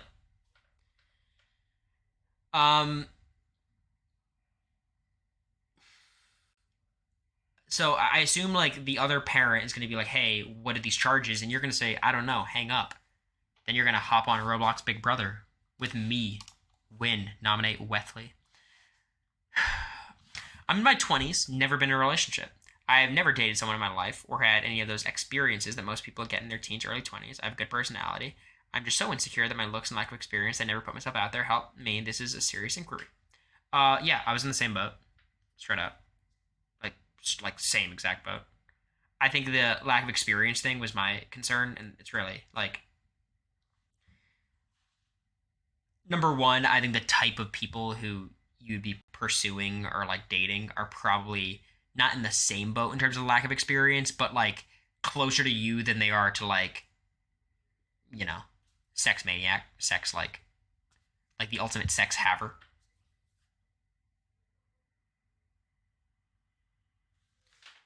Um, so like I think you probably feel like you're more fucked than you are. I think a lot of people are in your position, and it's also like I think the biggest thing that comes to mind is like virginity. People are like in like TV and movies, it's like okay, I lost my virginity at 16, 17, 18, whatever. Like that's not a real like especially nowadays the numbers are so much higher for so many people, and that's fine. Don't treat it like a thing you gotta check off. And I don't know if you're a virgin or not. Like that doesn't really matter. It's like that's just one of those things where it's like there should not be a societal pressure to do that. You know, that doesn't matter. Ultimate sex haver, yeah. So the experience thing, I totally understand. I just think it's an overstated problem that I realized over the past like 2 years, honestly. And then the insecurity stuff, like that's obviously hard. I think a lot of the advice for that has come earlier in the stream. But yeah, everyone has their own timeline, and honestly, if you find a good person, even if they have way more experience than you, they're not gonna, they'll be nice. And if you find someone who is a dick about that, they're a horrible person. Get the fuck away from them. You know.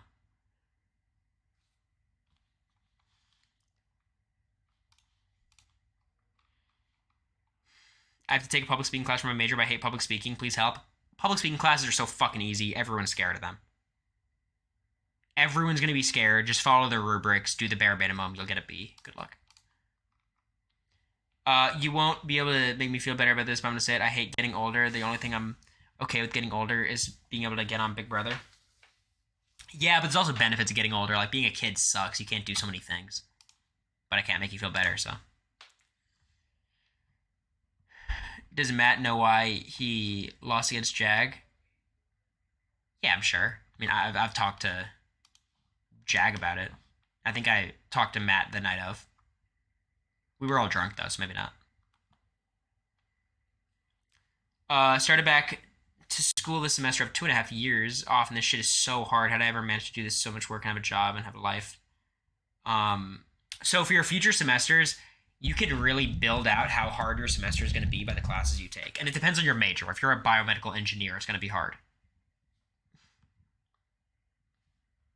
But if you're a political science major, economics, you can kind of build a schedule that's going to be easier.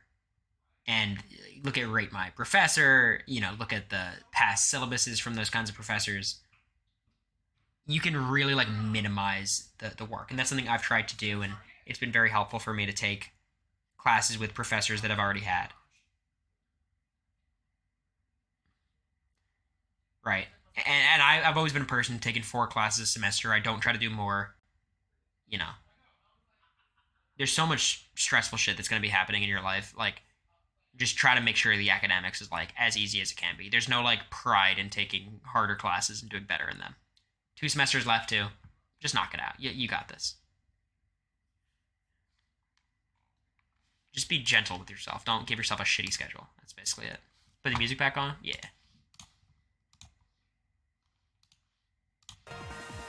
PC runs at 100% disk usage when doing nothing perfect. My friend's whole PC since the upgrade. This is not what the stream is for. When I got it and set it up as running yearly, so I decided to do the dumb thing and hook my external hard drive. I got...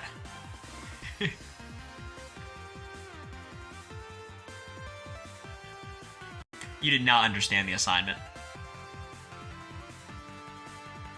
You're drowning in econ classes? Not even econ major? Well, that seems like a misstep. I don't know if you're still in the can change classes period, but... I would turn it off and turn it back on. That'd be my advice.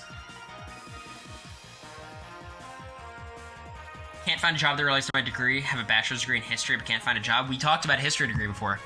My brother has an English degree and works at a talent agency. Like, if you're a history major and you don't want to go into academia, your degree doesn't fucking matter. Just apply to jobs. You know?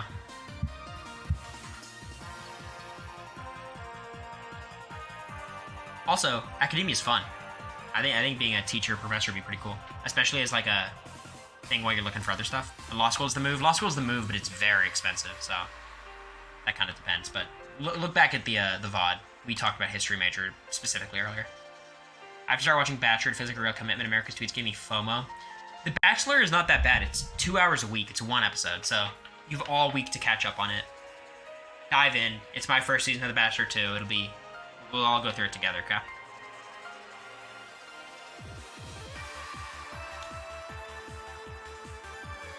My husband and I can't agree on TV shows and movies to watch. Very different tastes. I love reality TV and rom-coms. He likes comedies like It's Always Sunny and action movies. Should we take turns watching what we like? Watch by ourselves or find a middle ground? Look, watch the shows you want to watch by yourself. That's fine. And then you guys should have some in common. You know, there should be some overlap. You know, like, if you love reality TV, he loves It's Always Sunny in action movies, maybe both of you guys would like a Survivor. You know, you might like Love Island and he won't, but there should be like those middle ground ideas. You love rom-coms, he likes comedy, like a How I Met Your Mother. Like, there's ways to do this where you guys can have overlap. But have your, like, you know, don't stop watching the shit you like.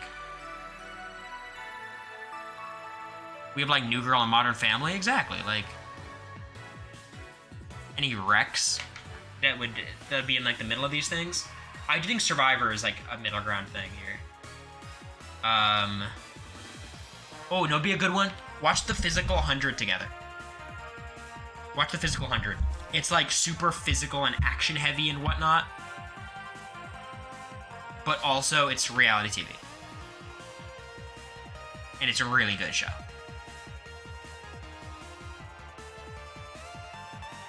I think that'd be fun. Did not expect Physical 100. Shout out. That's what we watched in Jury. It's me, Cam, Blue, America. America was like sleeping through it. She didn't like it. The Good Place. Yeah. It's good too. Shrinking. Sharon's endorsing it.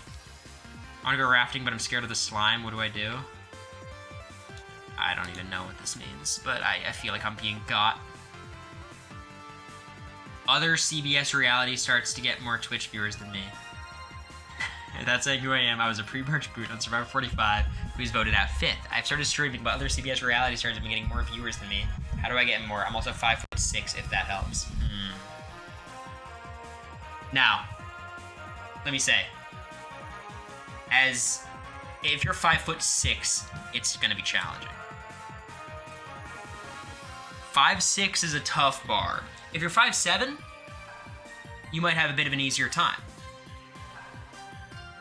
Right? Like, I think there's a distinction between the two heights. So I do worry about your ability to overcome that. Ultimately, what it comes down to is charisma. If you're 5'6" and not charismatic, you're not going to get as many viewers as you're 5'7" and super charismatic. So whoever you are, I wish you the best. And also, if your main content is shiny hunting, you better find some shinies, Brenda.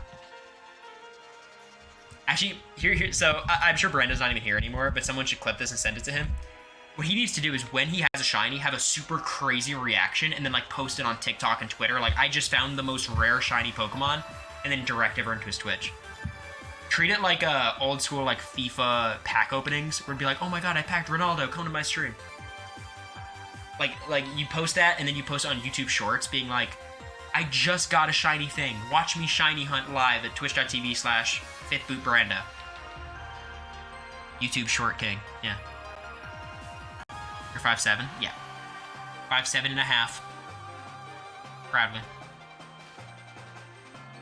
I can't wait to hang out with Brando in person. He was one of the only 45 cast people I didn't interact with at NOLA or Nashville, which wasn't there. He's not really 5'6". Yeah, he is. I'm 17, and I recently got into somewhat selective college. Awesome. So I had no clue what to major in. How do you decide your major?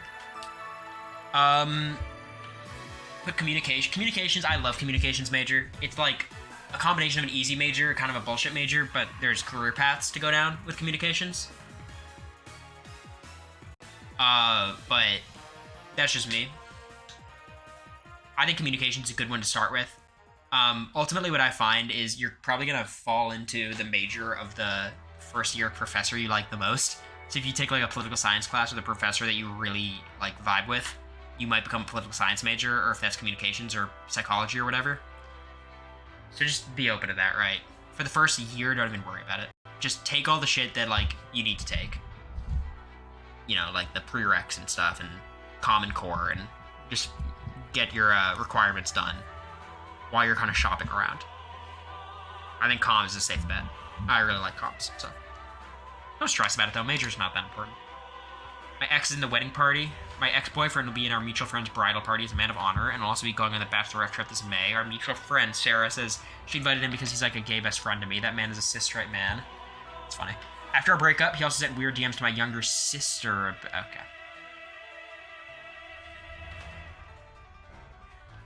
Yeah, you don't owe him anything. Just be rude to him and move on. Don't ruin the bride's shit, but what the fuck?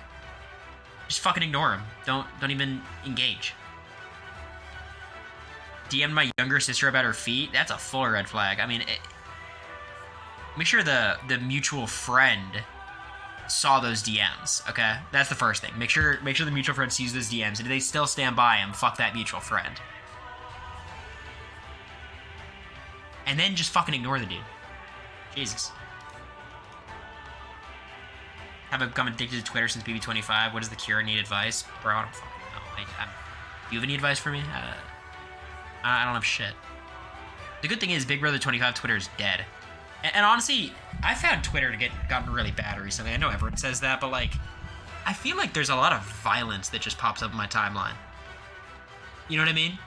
Like, straight up violence. Like, watch this clip of this person stabbing someone. I'm like, what?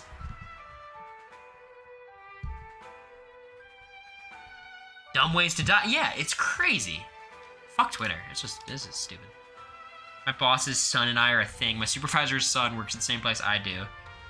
We are things in the deal and had sex in the back room. His mom doesn't know, and also he has a girlfriend. They're on and off. What do I do? Keep going? Yeah, I don't know. Get that back? Here's what I will say. When this thing blows up, when this goes poorly, you're going to be the one fired. You know what I mean? You're going to be fired. Not them. So you should get the fuck out of here. Bail. But also, if you bail and, like, the dude's pissed about it, he might have consequences for you. Tough spot. Bring Kleenex, Clorox wipes to the back room, though. That's important. Alright, 10 more. Should I get ferrets? They're funny and cute, but a little stinky, and they poop in the corners of your house, and my roommate, ex-boyfriend, said no. Ex-boyfriend, so we don't care about their opinion. But also, roommate, ex-boyfriend, this seems like a tough situation. We talk about this. I don't need to talk about the ferrets.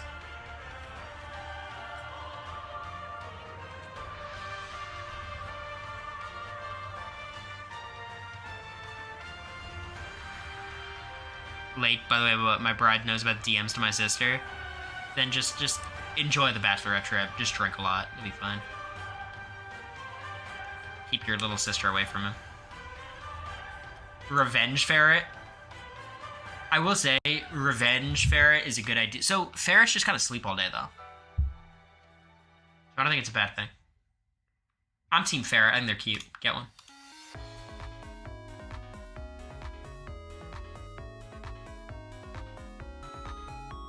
"22, haven't had first kiss yet. Full-time college student. I'm a logistician. I don't know if this has anything to do with it." Fuck off. I'm a Leo. Okay, I don't know what to do with this part of it. I am a logistician, though. We kind of talked about this already. I had very little experience at this age, too. At the age, like, prior to, like, a year ago.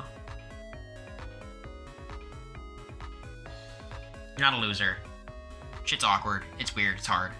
A lot of people are in the same boat. Like, 5 of you on this Google form are in the same boat, so...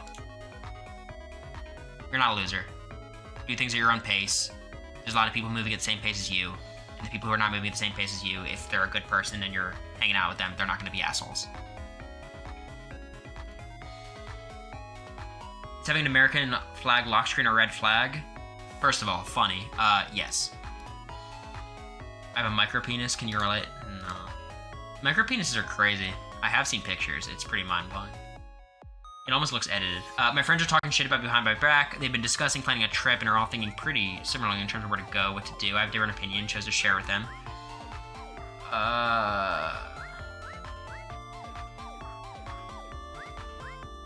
Yeah, I mean, if they all have the same idea of where to go and you have something different and they think you're trying to fuck up their trip, they're probably just being assholes. Why are you looking at the pictures? Can we cut the shit? When you hear something like that, sometimes you want to see. And there's no shame in that curiosity. What are we doing here? If I was like, don't look up inverted lava lamp, it's disgusting. Just don't look it up. You guys are all going to look it up.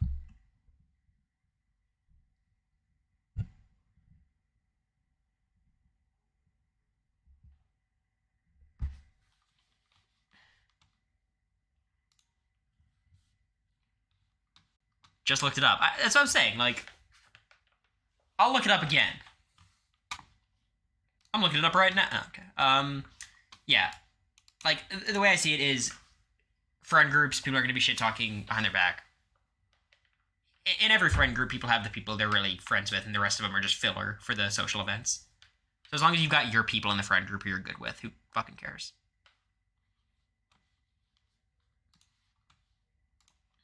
There's no way I'm going to have to make blue waffle an allowed phrase in this chat, right? You guys don't think I know what blue waffles are? Oh my god. It's like insulting. It's really obvious in the group text that, yeah, find your 2 people in your group. The rest of them don't fucking matter. You'll be fine. Go drink water. I swear to god. My ass is too fat. I have a fatty. Squats. Tummy hurts, tummy hurts. Thank God, we're getting through these.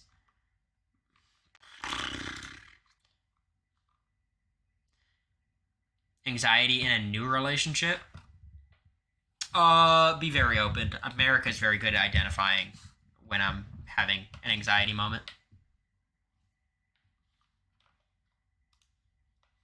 Blue told me her original TikTok handle was like Blue Waffle or something, which I thought was super funny. We were joking about that for a while. America's really good at like sensing when I'm anxious, and I'm really good at sensing when she's anxious, mostly because she says, "I'm so anxious right now." So just being open about that, right? Like, the person you're with should make your anxiety better, not worse. And also, like, that's not going to be the case at the start. It's like the first couple, like, for me, I was fortunate because I was locked in a house with my person for a while, so like I kind of was able to get through a lot of shit because I was forced to. But like, the initial stages are going to be awkward, but like your person's going to help. And if they don't, they're not the right person.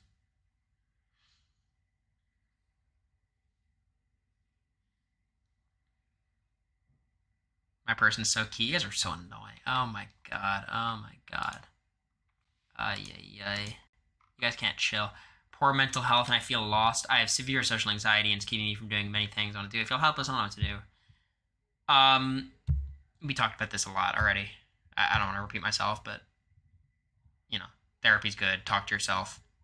Depend on the people who want you to depend on them. Put yourself out there in like a comfortable manner. Do shit you already like to do. Worst comes to worst, you're just doing one of your hobbies.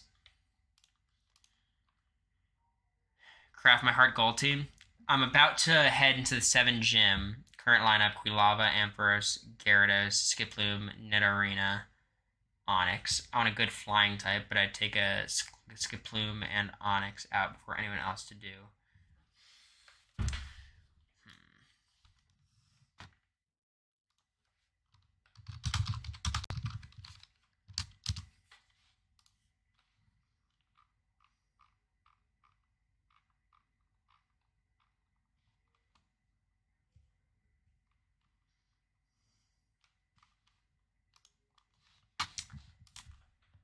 Oh, this is not a very challenging gym. Like, straight up, your Quilava should be able to fucking sweep. Let's be real. Your Quilava and Ampharos are gonna fucking deal with this. Heracross would be good, too. Like, this is a very fucking simple gym to beat. It's like I'm looking at this shit. Piloswine, Dugong, Seal. Bro, just bring it. You're gonna... Come on. I'm not even taking this seriously. Just fucking beat them. Stop. We're trying to get to 50. Stop sending new ones. Pink hats or pink socks? Hats. I failed my driver license test twice and can't study with the memory of failing again. Fucking try really hard. You'll be able to pass your driver's license test. Also cheat. Everyone cheats on that shit. Especially if it's online. I took mine online. I cheated. It was perfect.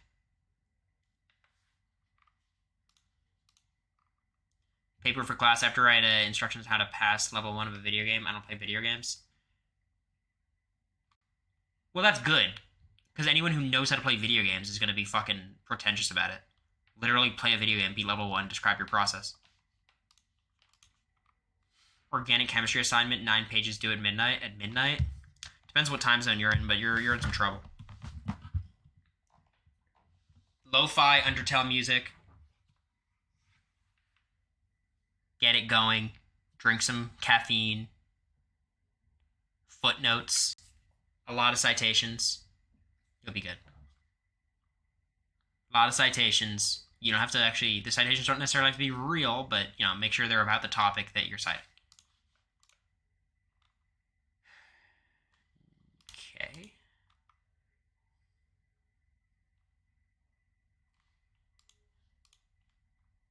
Last one. My friend Zach's birthday is this Friday. He turns 24 years old. Please help him. To you who don't know, Zachary Rottenberger's birthday is on Friday.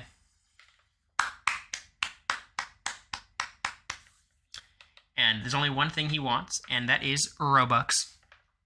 And with that, we conclude the first installment of Skeezy Situations.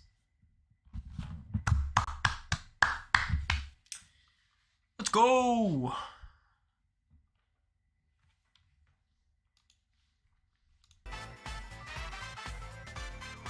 How'd we feel? Did we enjoy it? He's only turning 24. Yeah, he's a young guy. He went on Survivor at 21.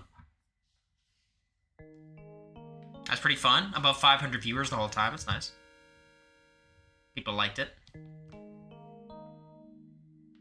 You need a soundboard? I don't know if I do. Thanks, Steel Cage.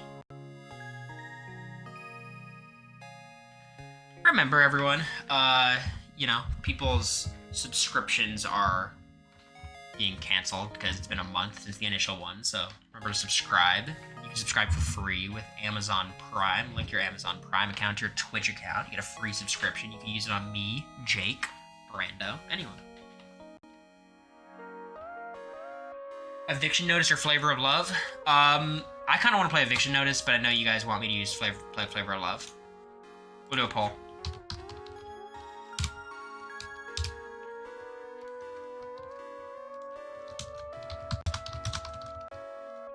I think we might do both, maybe.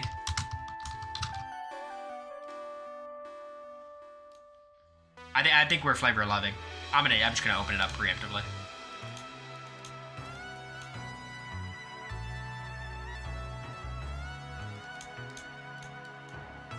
Flavor of love. You said no more eviction notice. At the end of streams, like at the very end, I'm gonna do whatever the fuck I want, you know. But I do think we're flavor loving tonight. We gotta make some progress. It's been a minute. Even I'm voting for it. All right, let me pull up the. I'm gonna make some food for myself. Just throw something in the microwave. Everyone, get your snacks. This is that time of the stream. Okay, everyone, get your snacks. And yeah, we'll get this shit going.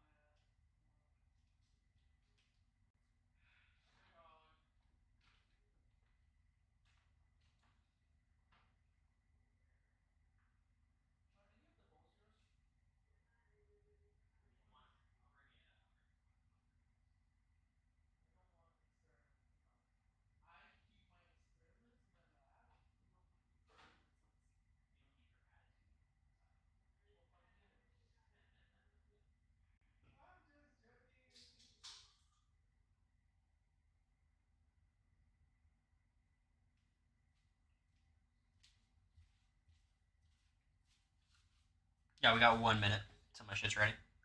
Microwavable mac and cheese. You'd be right.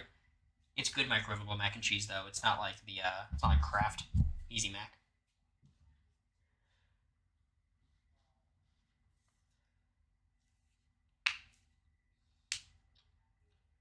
This is like it was never frozen. It's not dry. It was like picked up at the school store and you microwave it for 2 minutes. I'll show you guys. You guys are gonna like it.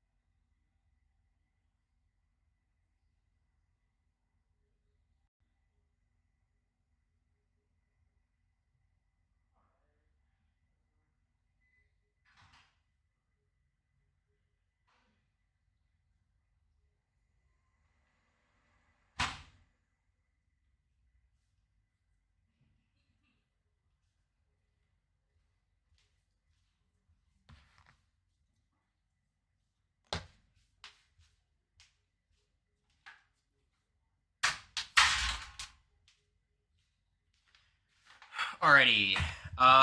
You guys want to see?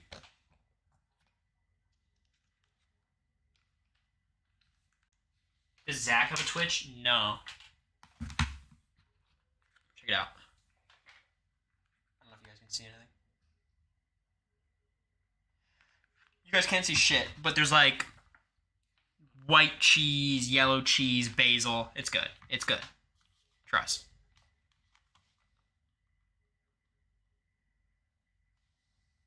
Hello Fresh? No.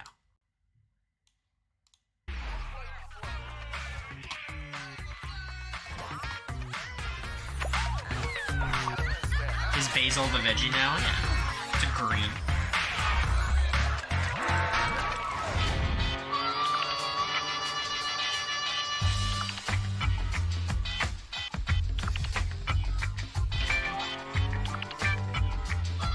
Hey, yo, check this out. Now, I got 4 girls left. Let me tell you something. It's gonna be real hard for me right now because I got to really connect with each one of these girls. You know what I'm saying? I would have to say. To recap, the final 4: New York, Pumpkin, Goldie, and Hoops. Last episode, we lost Hottie because she's a pathological liar, and we lost Smiley, which is very sad. Very, very sad. We lost Smiley because she still loves her ex-husband. How did Pumpkin last this long? I have no idea. We all agree that Hoops is winning. It's because we know New York doesn't win. I don't think it's going to be Goldie or Pumpkin. So Hoops is going to win. We're just enjoying the journey at this point. Say that this is a triumphant I hope it's Goldie. For me. There were 20 of us. I like Hoops, though. Now there's only 4, including Pumpkin. Do I like Pumpkin? No. Do I respect Pumpkin? No. Does Pumpkin still need a facelift? Yes. Poor Hoops. Frankly, I think she's an undercover lesbian. She's an idiot, she's a liar, and I can't wait till she goes home. Goldie, she seems a plus-size, loud woman. You know, I'd go as far as to say I slightly acknowledge Goldie. Slightly acknowledge is not bad. Slightly acknowledge, it's not bad. I know that I have the upper hand. Everyone likes Goldie. Goldie would be so good on. I'm definitely in the lead with Flav. You know, he's mine. So check this out. Me, I was born a traveling man. The only way that you really gonna know. So this isn't his house, right? We agree this is like a Airbnb or something. Not Airbnb, it's 2000, fucking whatever. But you know, like this is like a mansion he's renting. Did he bring in his like cane dispenser? How somebody is and how true their colors is, you travel with them. Take them out on a trip. See what it's gonna be like. So today, we getting ready to turn this bad boy up a notch. Good morning, Margaret. Well, you guys know why I'm here. Staying in this house is driving your boy Flav crazy. So Hoops and Pumpkin, pack an overnight bag, because you're joining me at a romantical getaway in Palm Springs where we can relax. Cue New York meltdown. I couldn't even get the pause off before we got this face. Who and who? Just y'all two? Yeah, here we Don't go. worry, New York and Goldie, I'll see you the next day in San Diego, where we'll have a boomin' overnight adventure. Get packing, y'all. Love, Flav. So the first 2 that I take with me out of town is Hoops and Pumpkin. So, you guys are going first, basically. Yeah. I didn't like the fact that he picked Pumpkin and Hoops to go on first. So that hurt me. Pumpkin and Hoops. Is he crazy? They're both sluts. I can both totally see them trying to sleep with my man. Haven't they been sleeping with Flav? At this point in the show, what do we think they've done? Have they fucked? I don't think so. You play eviction notice after this? Probably. I probably should, but I probably will. I don't think they have. Bitches. Fall. This is the fantasy suites, right? I was a little bit disappointed because I wanted all 4 of us to do something together. You know, I really didn't want to get separated from Hoops and Pumpkin. Shy baby. Oh, poor Goldie. We kind of made a pact to make it just be the best time ever. We both just know how to have fun, you know, and we're both like down for whatever. Her more than me. I got Hoops and I got Pumpkin. I want to try to get some individual one-on-one time with each one of them. I've never been to a resort. No. Or a spa. No, I've never been to a spa or a resort. Where do we end up at? Great old Palm Springs, California. Welcome to Palm Springs. Thank you. Can I get some? Can I get some? Can your man get some love? Any of you see Palm Springs? Yeah, Andy Samberg. Thought it was so good. It was so fun.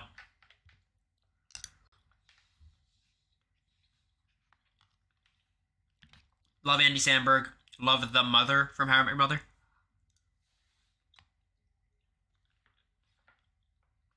I walked into it having no idea. I thought it was just like a rom-com. I watched it in Edinburgh with America. I was like, holy shit. I love the Groundhog's Day plot mechanism. Super fun.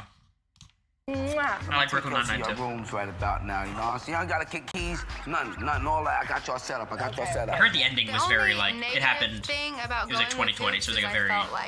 They had like pumped the brakes on like it being a police show, which is probably interesting to watch. I knew that I had to step up the affection times 10 and just see how it plays out and what happens. Holla at your man. Holla at your man. Holla at your boy. There was competition, like her.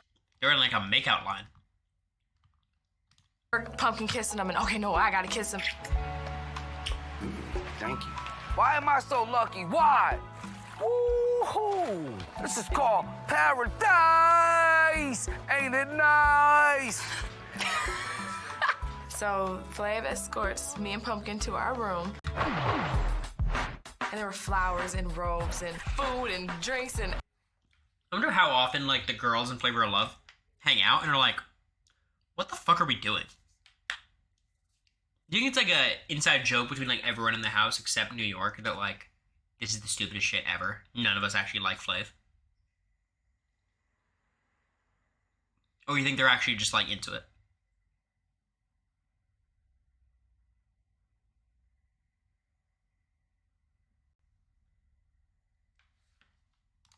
Everything was crazy. Look at oh, a TV!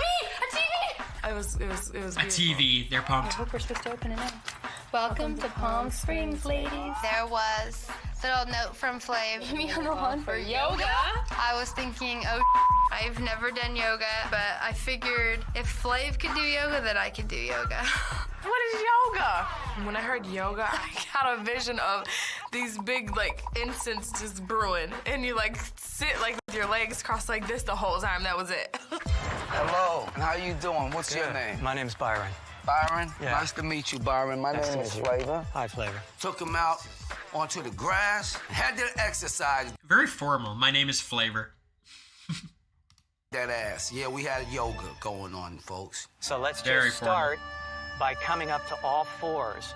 We're gonna work into something here called downward dog. Okay? You probably all have a dog, right? You see them stretch. I want you just to kick your legs up and hold, just in this position. I don't know if this is just like a guy instinct, but I have this instinct where like when someone does this, I just want to like kick them. Is it a guy thing?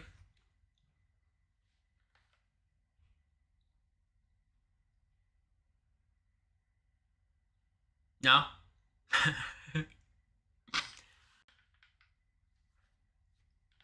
It's like you guys never did like nut taps in school?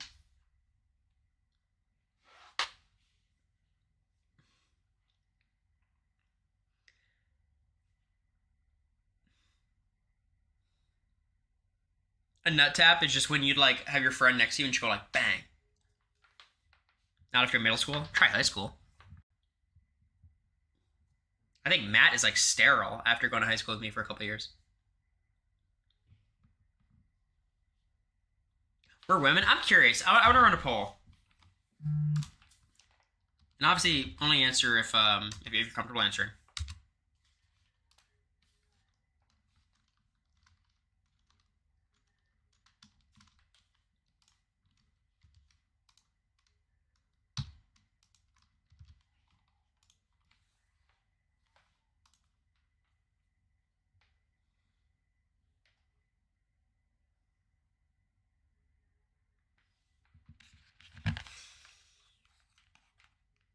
We do age ranges? Sure.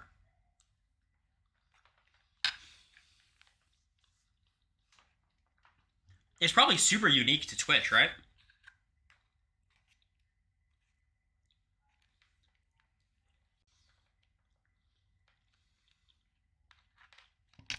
I kind of figured.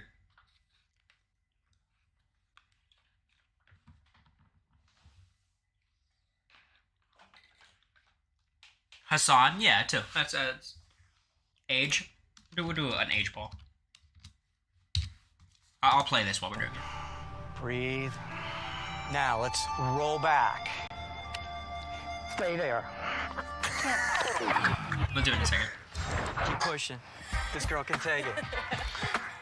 Flav was totally like leaning towards hoops, and I didn't want to feel like I wasn't getting attention. I'm glad. So I had to like. I think it's much better than having like the 90% guys kind of average. Come on, Halsey. All right. Oh my god. Pumpkin ups everything because I'm not about to initiate, you know what I mean? That's what I'm talking about. See, she wanted. I want to She want me to pull up on her torso. Yeah. There you go. Thank you, bro. Thank you very much. What is this fit, Big Rick? There you go. What are we doing here? I think it's a crazy one, no?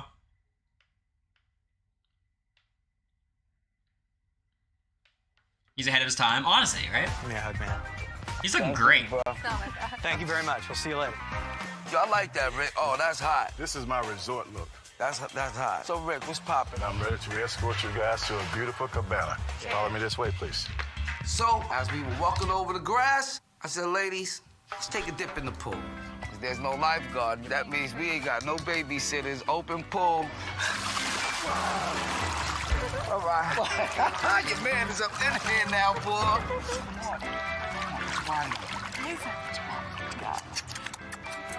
Had pumpkin over here, I had hoops over here, had ass in both hands. I'm a lucky man right now. Woo, Flavor Flav, what a Devontae swing. Woo.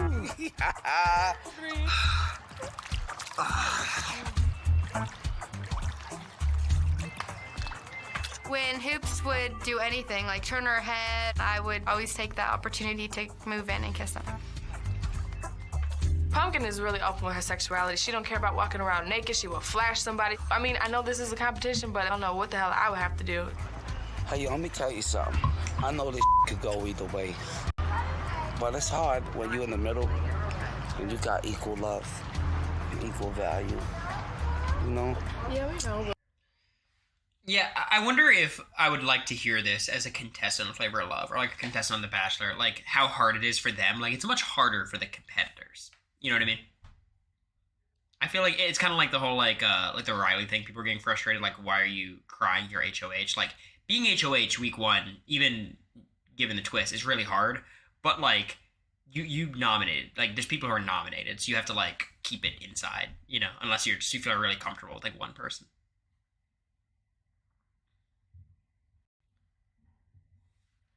Most people are 23 to 27. 27 to 35. It's definitely an older chat. It's super unique. These age ranges are not divided properly. I was trying to like 0 to 17 is like I'm young. 18 to 22 is like college age. 23 to 27 is, I mean, I probably should fuck that one up, but 27 in both choices. You got to choose which one you identify more with.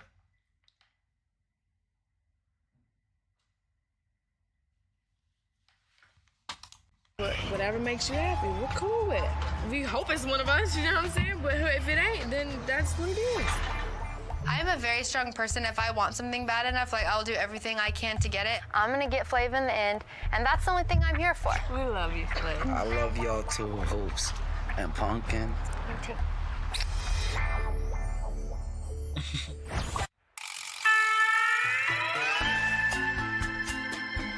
Everywhere I go, set Feel up so nice. young in this You know what I'm fandom. saying? For my girls. No, I feel young. I'm younger than almost all of you. My girls. The next thing that I got set up for us was called the SPA, the spa. Oh, snap. TV It Twitter is thinks a we're all 12. fabulous experience to have you here.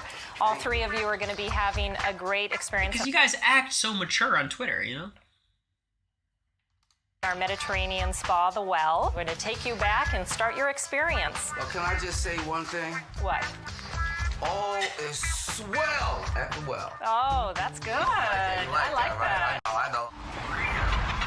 Okay, we have what is called pittura festa, which means painting party in Italian. What it entails is for you to take these palette of muds of different colors. This is more about all three of you. Is this body paint? That's crazy. Having fun, painting each other, letting the brush go wild. Certainly have fun here, okay? That's the purpose. Okay. Enjoy.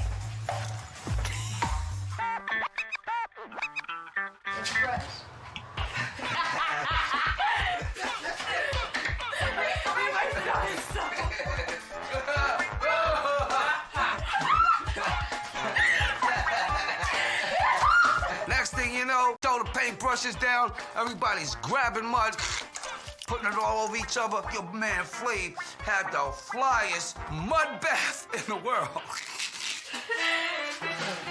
Oh my!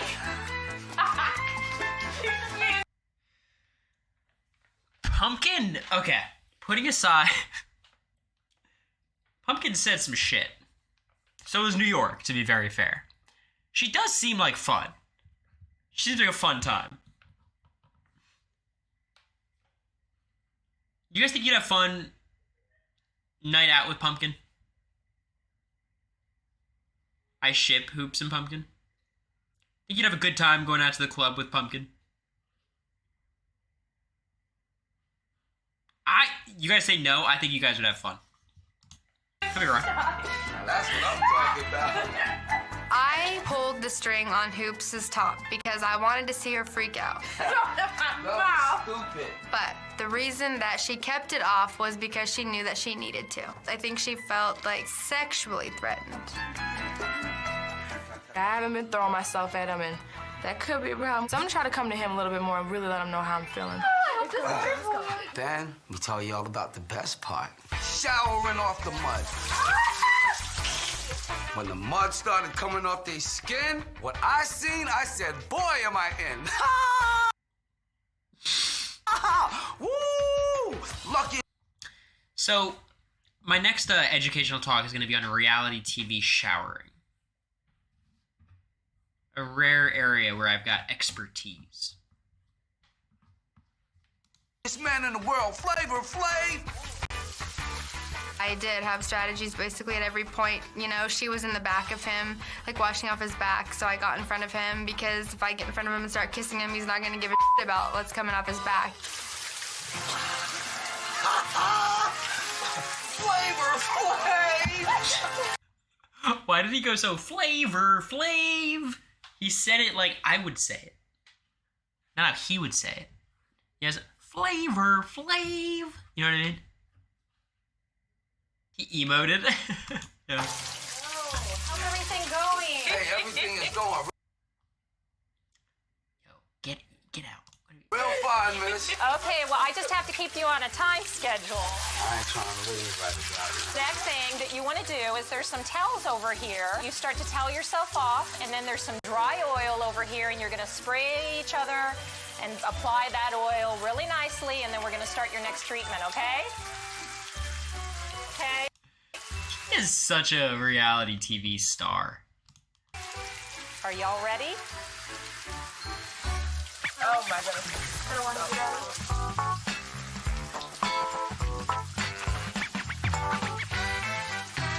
that. Look, I'll be honest. I'm curious what this looks like with New York and Goldie. Because I don't think it would look like this. Sometimes we've gotten not very far. That's it. Okay, we got the message, lady. Next thing you know, we done. I know one thing. Had a nice I think it would look different, so you know?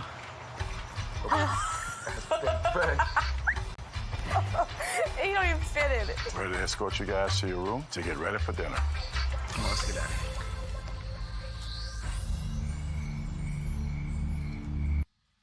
Big Brother transition, what the fuck?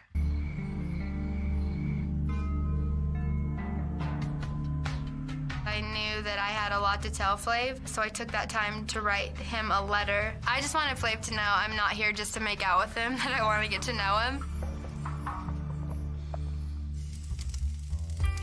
know your man Flav. Elegance is back once again. So I got there before the girls, everything. Champagne, flowers. Damn, this is some nice cinematography. Good evening, ladies. Good evening. How y'all doing? Oh, I like the fit. I like the fit. He looks straight out of Balin's Wonderland. He loves elegance. He loves to have the best time he could possibly have. He doesn't care about spending. It's whatever with him. This is a toast. to Pumpkin's us having Promise. A good time right here in paradise. For sure. Alright, Hi. alright. Hi. And I'll drink to that. It's not that hard, you know. Like I think Pumpkin's like playing a character, and the character is being so white. But that is just her. But like you could do better than I. Hooya. Hooya, you ever watch Flavor of Love? Watching some Flavor of Love. Flavor Flav's trying to find love in this complicated world. And honestly, he's got 4 keepers left, so we're hoping he can make it work. We're hoping, you know? I always have a hard time understanding Flav. Thanks, Even Flav. though I'm from the East, but I'm mad chillin' on the West. You already know. The terminology or the, not being prejudiced, but the black lingo, like where they're from. I'm very nervous about this confessional. It's off to a bad start, and I'm not certain where Pumpkin's going with it. I know Pumpkin. I've watched a lot of this show. I don't feel good about the direction this is heading. But let's give her the benefit of the doubt. Let's see where she takes this. From the slang terms, I kind of have a hard time following it. So he'll say some and Hoops or whoever will be just cracking up, and I'm sitting back here like, oh. Check this out, right? Flavor Flav has a way of talking. I ain't mad at you. That phrase came from Flav. Word up. You know what I'm saying? Damn, I lost my train of thought right now. We used to do a dance back in the days. They're like, I lost my train of thought. And Pumpkin is in confessional being like, there's a cultural gap. I don't understand. I know what I'm saying. She's like, all of this African American vernacular English, it just goes right above my head. Why can't we speak like the people back in Pumpkin's neck of the woods speak? The bump. Yeah. You know the bump, right? Because now you died, right? Then you got buried. You're turning into skeletons. Nah, man. I know exactly what he's talking about. That's why I'm like, yo, Flav, keep going. You know what I'm saying? Pumpkin, a little confused, I have to go back. I'll be back. I will say, if TikTok was around to the time of Flavor of Love, Pumpkin would be a lot better equipped. Pumpkin would be on TikTok with the rest of them, AAVE in every single post. We agree?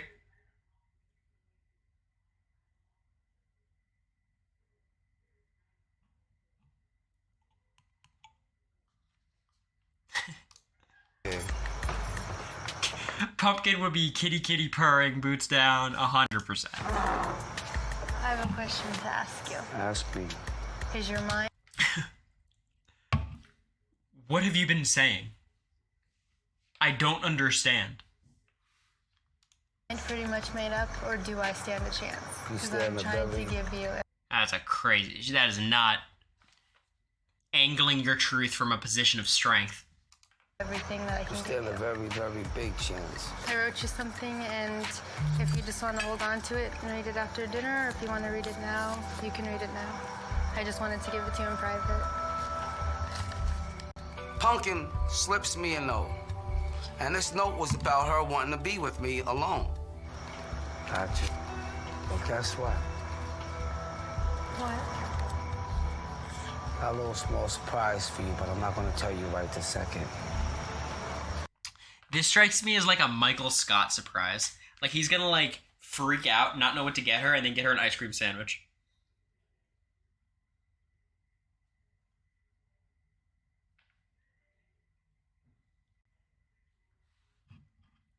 Or they're gonna fuck. One of the two. I'm on the fence. You got a heart. You got mad heart. And I love you for your heart. You know what? What? I never want to date with you. Let me take you back to my room for nightcap. I'm going to say goodbye to you right now. Okay.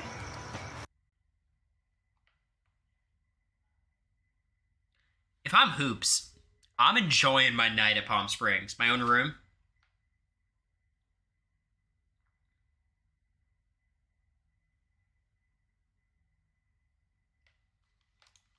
Okay? Uh-huh. That is crazy, though. Huh. Don't you move. I'm not excusing you. Oh, huh? I'm not excusing you. Okay. I'm excusing us. What a dick!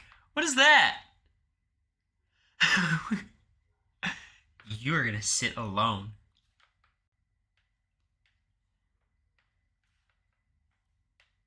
It's not cool, Flav. What a dick. Is it this moment Hoops called Shaquille O'Neal?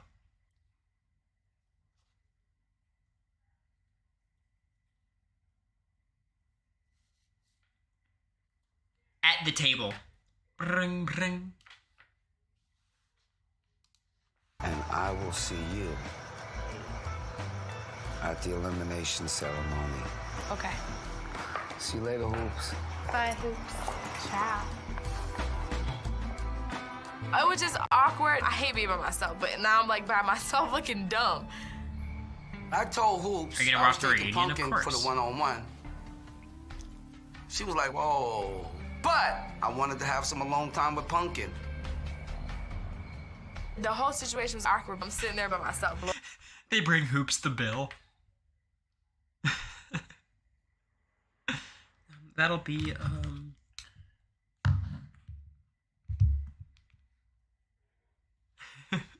Lord knows what they probably did. Yeah, if I'm Hoops, I'm running that shit up. Or we're gonna do. I mean, like, if that's what eliminations are based on, who's having sex with them and who isn't, and then damn, the whole situation was awkward. I'm sitting there by myself. Lord knows what they probably did or we're gonna do. I mean, like, if that's what eliminations are based on, who's having sex with them and who isn't, and then damn, I'm going home. I want you to go slip in a little something more comfortable. I knew that Oh, he's wasted. He's trashed. He's like a Smirnoff, a Bud Light, and some wine trashed. it would help my chances in a way, and I definitely wanted to take advantage of it. Hello. Hey, sweetie. Opened up the door, she was looking span Sweetie's not on the show anymore. fabulous. Know what I'm saying? Word up, man. We're gonna put this right there.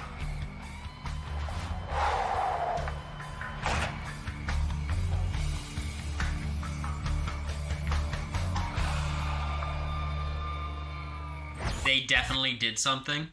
You don't say. I'm gonna push back on that. I think they did nothing. I think they just chilled. They were just hanging out. You don't think?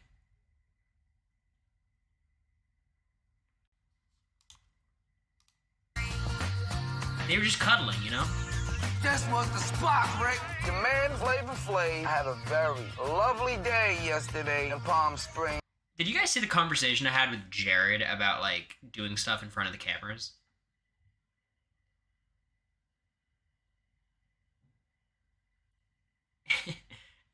It's so funny.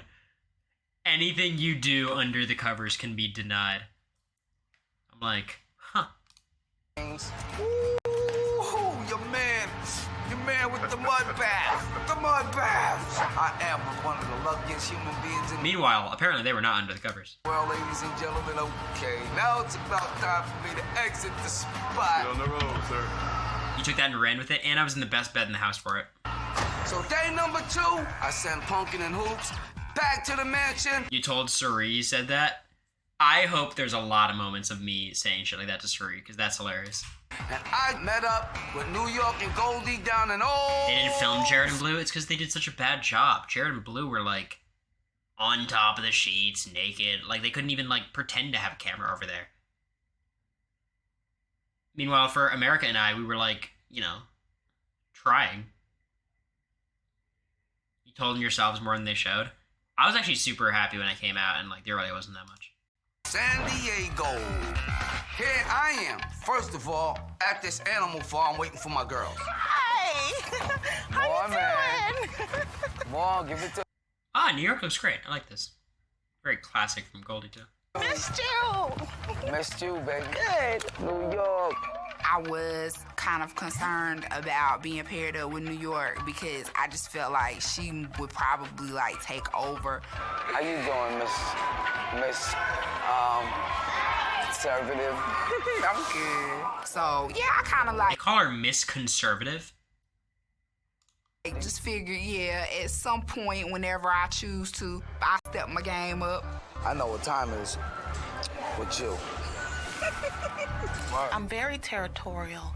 If anything is worth anything, or you feel that something is a positive force in your life, why would you want to share? You know, Flav is mine. You know, that's how I see him.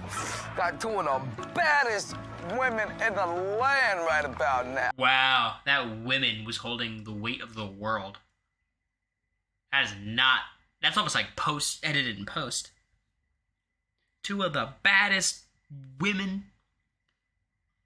Hello, welcome to the 1,800-acre San Diego Zoo's Wild Animal Park. How you doing? My name is Flavor. Hi, nice to meet you. My name is Laura. I'm I feel like these San Diego people got screwed. your tour guide today. Are you ready for a good time? I'm ready. Yes. All right, let's go. Let's rock the house, Laura. Oh, yeah. The baby girl shirt is So, fun. went down, got in this truck. They took us on to this habitatual land.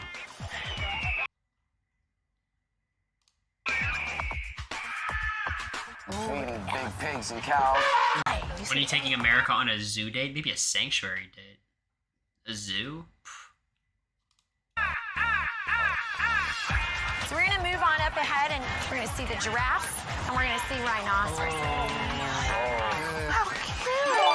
Pretty cool, Anonymous, man. thank you. Look at these rhinos up here. We've got a Gifting great Dan view. I Giesling. would go over That's here and huge. feed those guys over there. So just like this, you're gonna hold your apples out. The rhinos eat like I do. You know, their mouth goes around and around. That's how I be eating. Oh, wow. We don't need this, do we? I mean, So they need to advertise. They need to show off. This lady told me as we was going out there, she said, yo, the reason why some of these animals have long horns is because the longer the horns, the better their sex life. And boy, I wear the horns. Are you having a good time? I am. You got this big ass hat on. This is a competition. And I definitely feel like that I am very capable of stealing the spotlight, you know, from New York. start a podcast with America? I don't think so. I don't think we say that have anything to podcast go about. my way, because Feels a little bit like a Flav cash is grab, and someone we wouldn't that have a good idea. is just beautiful to me. I'm going to just make him feel like the king he is. Oh, I want that. Bye. See y'all later. So, after we finish feeding the rhinos, it's time to eat. What's up? Yeah. So, we get back to the world's famous W Hotel. Hey, thanks, guys. Thanks, guys. Hey, ladies. Yeah, baby. Listen, I'm gonna see y'all later. Okay. Okay? All right. Let's go, D. So I told the girls, check this out. I got a nice dinner set up for us. I think this might be the end of Goldie, y'all. I don't feel good about this episode. I want y'all to go to your rooms. Get ready. Oh my goodness! Would you look at this? Holy shit! Palm Springs is such a better trip. There's nothing here. When I first walked in the room, I was just blown away.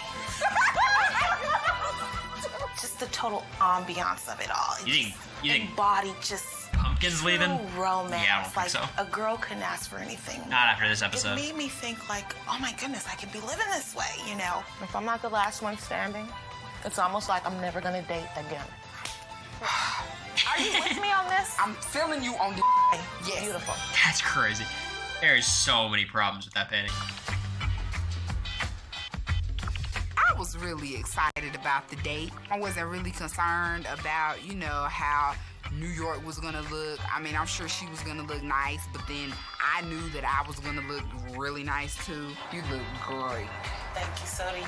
I'm glad you wore that dress instead of the other one was a little whatever, whenever. I have nothing against plus-size women, but, you know, when I'm next to Goldie, there is, you know, a difference. It's obvious, you know. I'm going to say something bold. I do think New York has something against plus-size women.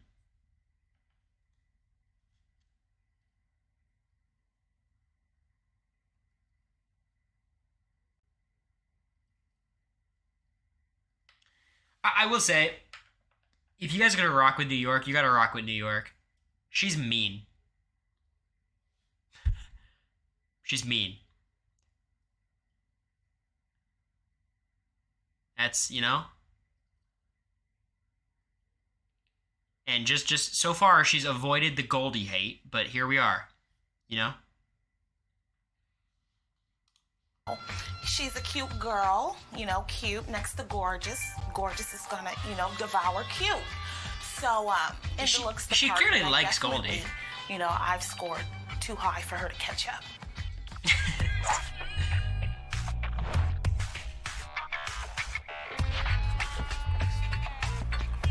I think Flav looks great here. This is a good fit. What's up, baby? For you, New York. You can trust cute, but you can't trust gorgeous. Nice one. Anyone get it? Oh shit. Goldie's making a late pusher.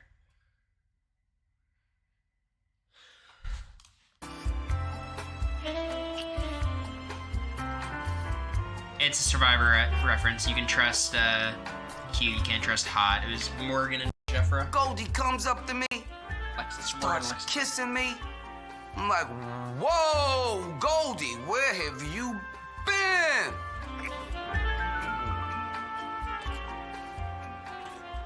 I'm definitely angry. Goldie, she lands a big, huge kiss on him, and you know, that just blew him away. I don't know whether House it of was her Villains? strategy I'm not or that interested in that, honestly. Holy shit. This is a great shot. Let's let the festivities begin. Okay. But look at this view around us, man. This is beautiful, man. It really is. Yeah, it's Wonderful. nice. This is real nice. I'm loving you, chocolate drops. Well, I need somebody to feed me. If he doesn't turn to the right soon, New York's gonna jump in the pool. Who's getting the overnight date? Right now, you gotta think Goldie, right? Okay. You look like you will be the one to really feed your man. And I definitely want to feed you. Hey, you say it again like that, I'm gonna let you do that. You heard? Man, listen, feed your Meme alert coming. It's pretty good. Would you like some shrimp?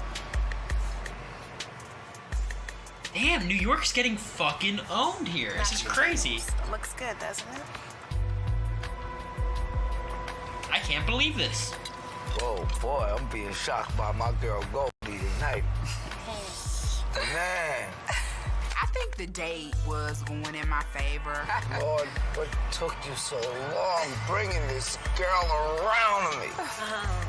Why? Why you took so long? I didn't like it, you know.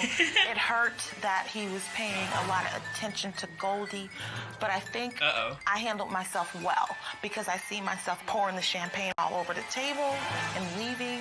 I mean, I was just like a millisecond from doing it. Yo, Goldie, I want to know what you would really do if you had time alone with me. I can show you much better than I can tell you. Let's let the festivities begin. What's up? Can I spend some alone time with you right now? Okay.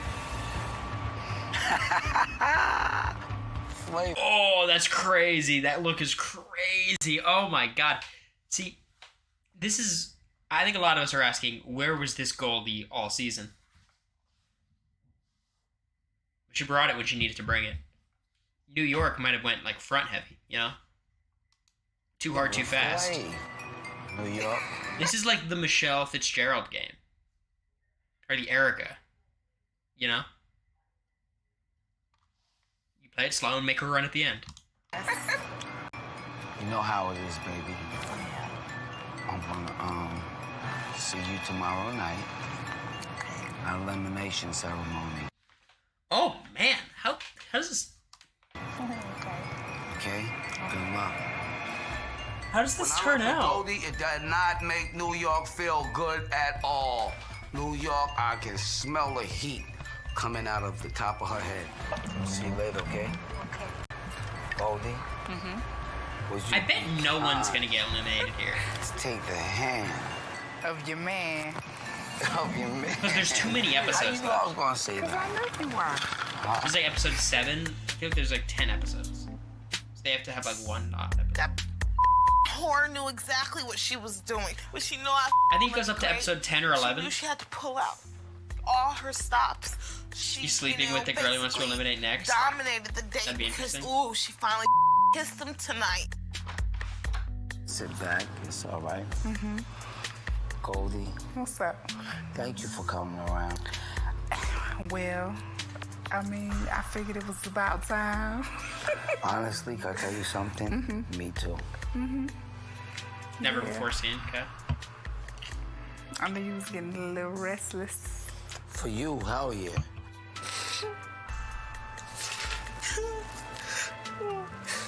But this been taking you so damn long, Goldie. What the hell? I'm the girl that gets your man, and that's it. I can't share him. It's not your body, your great ass, your nice and all of that. No. I'm not gonna share my man Flav is so gross. with another woman. A big girl at that, you know what I'm saying? That whore knew exactly what she was doing. She knew. The thing I loved about you, What's that? you are a lot of country ass fun. Country bumpkin with her white gravy biscuits. That's all he cares about. Serious, man. When he tells me, New York, that he's gonna see me tomorrow at elimination. Well, Oh, she's so good. I don't know if I'm going home tomorrow. That hurts me because I truly do love him.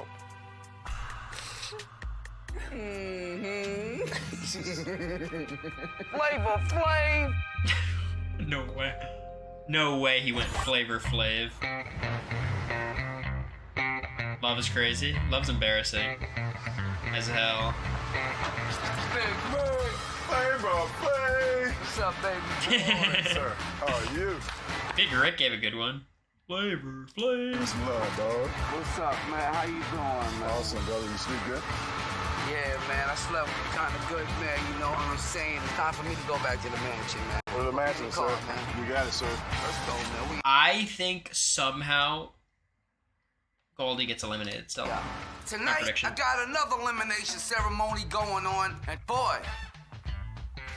I got 4 girls left and 3 clocks. kind of hard on your man right now tonight, you know, to make this decision because I got to spend time with each one of these girls. What kind of music do you like again? I'm all over the place.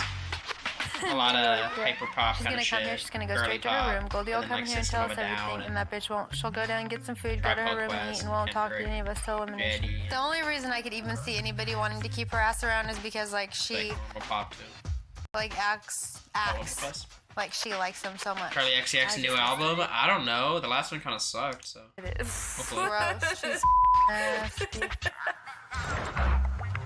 I was kind of shocked last night because Goldie ended up stepping up to the plate. You seen that, Rick? I'm listening, dog. She came up and kissed your man, Rick, in the mouth. So you're right.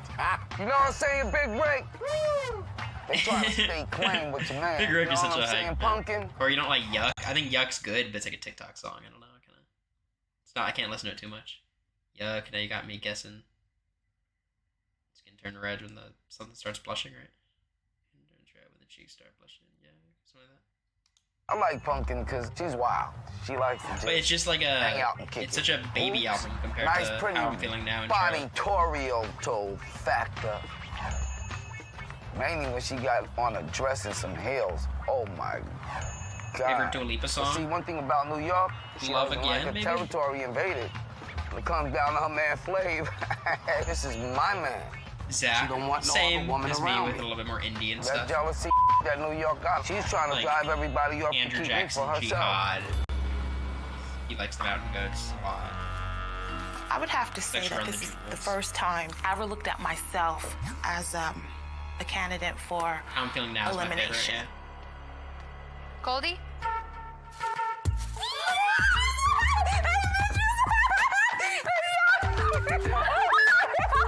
Oh, they love each other so much. Did you one-on-one time? Yes, I did. You did. I did. Yes. We said that. The girls that are in the house now, they feed. Yeah, my whole thing is like Hoops still had the whole shower thing. Off of the friendship thing. They don't know how to stand alone. I knew from the beginning in this competition that it was very important for me to stand alone always because that shows Flav that he has a solid woman in the house. He does appreciate that. I'm not here for them. So here I am now. I'm in the position, and I'm in the shoes of That hurting Zoo gave him people's zero sex feelings, appeal. but Maybe he really purpose, liked because how yes, passionate we New do York know was that about this the is a jury. contest, but still in all, it's still kind of hard for me. It's not kind of hard for me. It's hard for me. Period. I bet New York's. I mean, like New York should be One of us eliminated. is You gonna know? go home. Hopefully, New York. There's a 75% see. chance that we will not all be together tomorrow. Damn, that's a big chance. I think my one-on-one time with Flav may have given me an advantage. You know, I hope he sees the quality of woman that he has. When's in the Goldie. veto? I am feeling a little scared about elimination. Once again, I'm back at square one, feeling nervous. There's a lot of tension around the house. I haven't spoken to any of the girls really today. Cory and the Wendy's I outfit. really don't have anything to say was to rocking them that. at this point. My thoughts are just Flav. You know, Flav and I. I wonder if there's like a part of New York strategy that's like if I'm so pro Flav, even in confessionals, it'll probably get back to him. Yo, pull that curtain, Rick. Pull the curtain. Pull the curtain. Sir.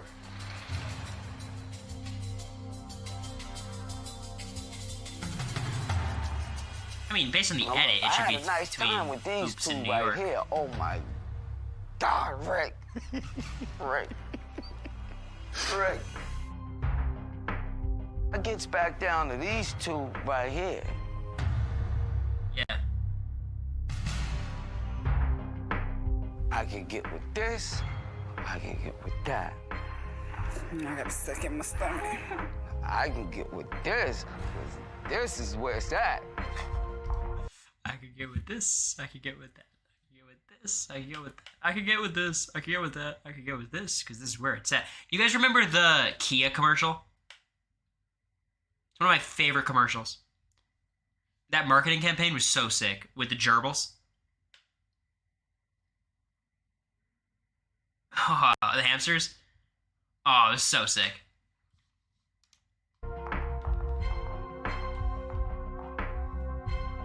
Come on, Rick, let's go do this, man. Wow, sir.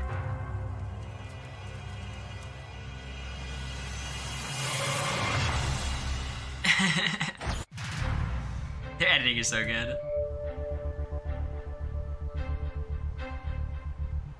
I was definitely disappointed with Flav. I felt hurt because he spent the whole night with Goldie.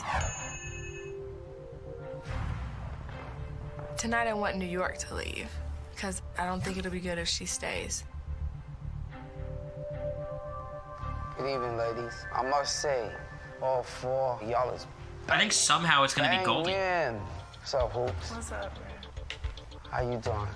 It could be. I think Hoops is safe I still. don't want to be I the just one think sent Hoops wins. home. I don't know what's going through Flav's head. He said he's had such a great time with Pumpkin. So Could be it's New York, so though. up in the air right now. My girl, Goldie. What's good?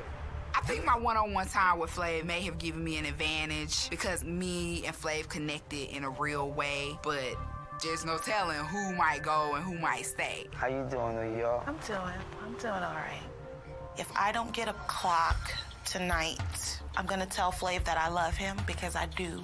But I also will let him know that he needs to make a call and get 20 more women in and do it all over again because he's not gonna find what he needs in the 3 remaining women. What's up, Pumpkin? Power Well, move. us 3 are fine. She really doesn't make conversation with us. Trying to stay focused. That was my approach as soon as I came in the house. I'm just keeping it real. You asked if we were getting along, keep and it I real. answered the question. There are so many obvious signs why New York is not the right one for Flav. She's the worst match for him, and so hopefully he'll see that. We all adults in here. We all should be able to get along. Pumpkin's calling me out. For her to bring that up just shows how petty and childish and immature she is, how easy she is to basically crunch. You know, I'm crunching her. One of y'all, right about now, is getting ready to get a clock from your man. Not streaming tomorrow. For real. Got 4 bodies right now. Before we get into the suspense, it's some bullshit. I have a class that's Tuesdays and Thursdays. They added a class Wednesday at 7 p.m. at the professor's house. What the fuck is that? So I'm having this class 3 days in a row. Tomorrow at 7, I have to drive to this guy's house. 3 clocks. First person that's going to get a clock from your man Flavor Flav tonight is hand this clock over to my girl Pumpkin. We knew Pumpkin was going to be safe. It just seems like she's just there to make out with him and see how far she can go. You know what time it is. Thank you. Is it just you? No, it's like 2 clocks left. like 10 of us. 3 bodies. Is this usual, Mandy? Not really. Next clock. Whatever. Hoops. I think it's Goldie. Wow. Obviously a very, very beautiful woman, but when she opens up her mouth, you know, it's like dirt. You know what time it is. Waiting for Was the night with Goldie just like, I don't think it's there? Is this gonna be the classic like what his ex-wife said, where it's like, I just don't think physically you guys are compatible? It's gonna be so sad. the last clock. I was kind of antsy, and I wasn't sure what was going to happen, but I can see figured Flav Flav would make the best being like decision that. for him. New York. You've been Not every a week, very, just very tomorrow. good spokeswoman for yourself. I ain't gonna lie. You've been working your thing, G. Goldie, friendly ghost. Kinda shocked me last night. When you gave me that kiss, it was a beautiful kiss. That's why I kept you around, Goldie. Because you're fun. You're mad fun. Can't just help but love you like that, you know what I'm saying? But I just want more just friendship. I'm gonna give this clock to New York. Yeah. Honestly, to tell you the truth, New York is looking for a richer lifestyle. New York is a gold digger just like Hattie, you ask me. You know what I'm saying? She's just well disguised. New York knows exactly how I feel about her. She knows that I don't like her. She knows that I think that she's rude and she No knows that chemistry. she's It rich. kind of seems that way, right? When you gave me that kiss that you was really unsure of, You don't think so? Nah, your feelings are really mixed. Like you said to me last night, Flav, you know, all I want to do is get to know you and just be your friend. Any man that gets you, Goldie, is a lucky man. So Feels like he was just keeping Goldie for the confessionals, and I'm glad he did. Flav probably felt like he couldn't get close to her and really feel out who she really is, besides this big, huge joker. Gotta move. New York sucks. Clock time is in between. Oh, no! I love you, Goldie. Love me too, Flav. It kind of stings a little to have to leave, but things happen when it's time. What's her name? For 'em to Quick, what's her name? What's her name? I'm gonna guess Donna. I'm gonna guess. I'll stick with Donna. I'll be pissed if it's not Donna. If it is Donna, then I back out. This ain't the last. You'll hear from me again. I better. Down in San Diego, I gave Goldie a chance, and she told me that all she wanted to really do was just be my friend and get to know me. Yeah, she wasn't touchy-feely no more. I'm like, whoa, you don't force something where it doesn't fit. You know, we may not have connected so much romantically. I did put my best foot forward, so I gave it what Goldie can give it. Courtney. That's what I gave. I never would have guessed Courtney. This is for my girl, Goldie, that just left us. She's a lot of fun, y'all. I'm gonna miss her being around here. It's definitely tough leaving behind Pumpkin and Hoops. And my heart goes out for New York. Goldie I and know Charm they're not School. gonna talk to her. I'll watch anything. Goldie's on. Pumpkin and Hoops, they should definitely beware of NY, New York, because that man upstairs, I love, admire, Very speech pattern. and already cherish. And I am not gonna leave his side. Bow out gracefully, or if you don't want to bow out gracefully, I'll take you head on. All right, Flav, maybe you can do this one. Check this out, okay? So, all right? Just like that. I'm gonna reach to her foot. See, I can't do that, man. Something tells me I better just watch. Chill out. Yeah. Come on up. And then, it's a major stretch. That's what I'm talking about. You know, that's the position right there. That's what I'm talking about when it's like theoretically a girl you're like dating is crazy. Like that. All right, y'all. I'm gonna get off. No chance we have time for Roblox today. I think we'll knock out the rest of the questions whenever we have like just free time to do something. I'm gonna rate Owen. Someone post his thing. Owen Knight. Alright, y'all. Be nice. Owen's the homie. Good night, y'all. Have a great one. Not streaming tomorrow. Got class at 7 at my professor's house, and then I'm gonna hang out with America, but I'll be back back Wednesday. Or back Thursday.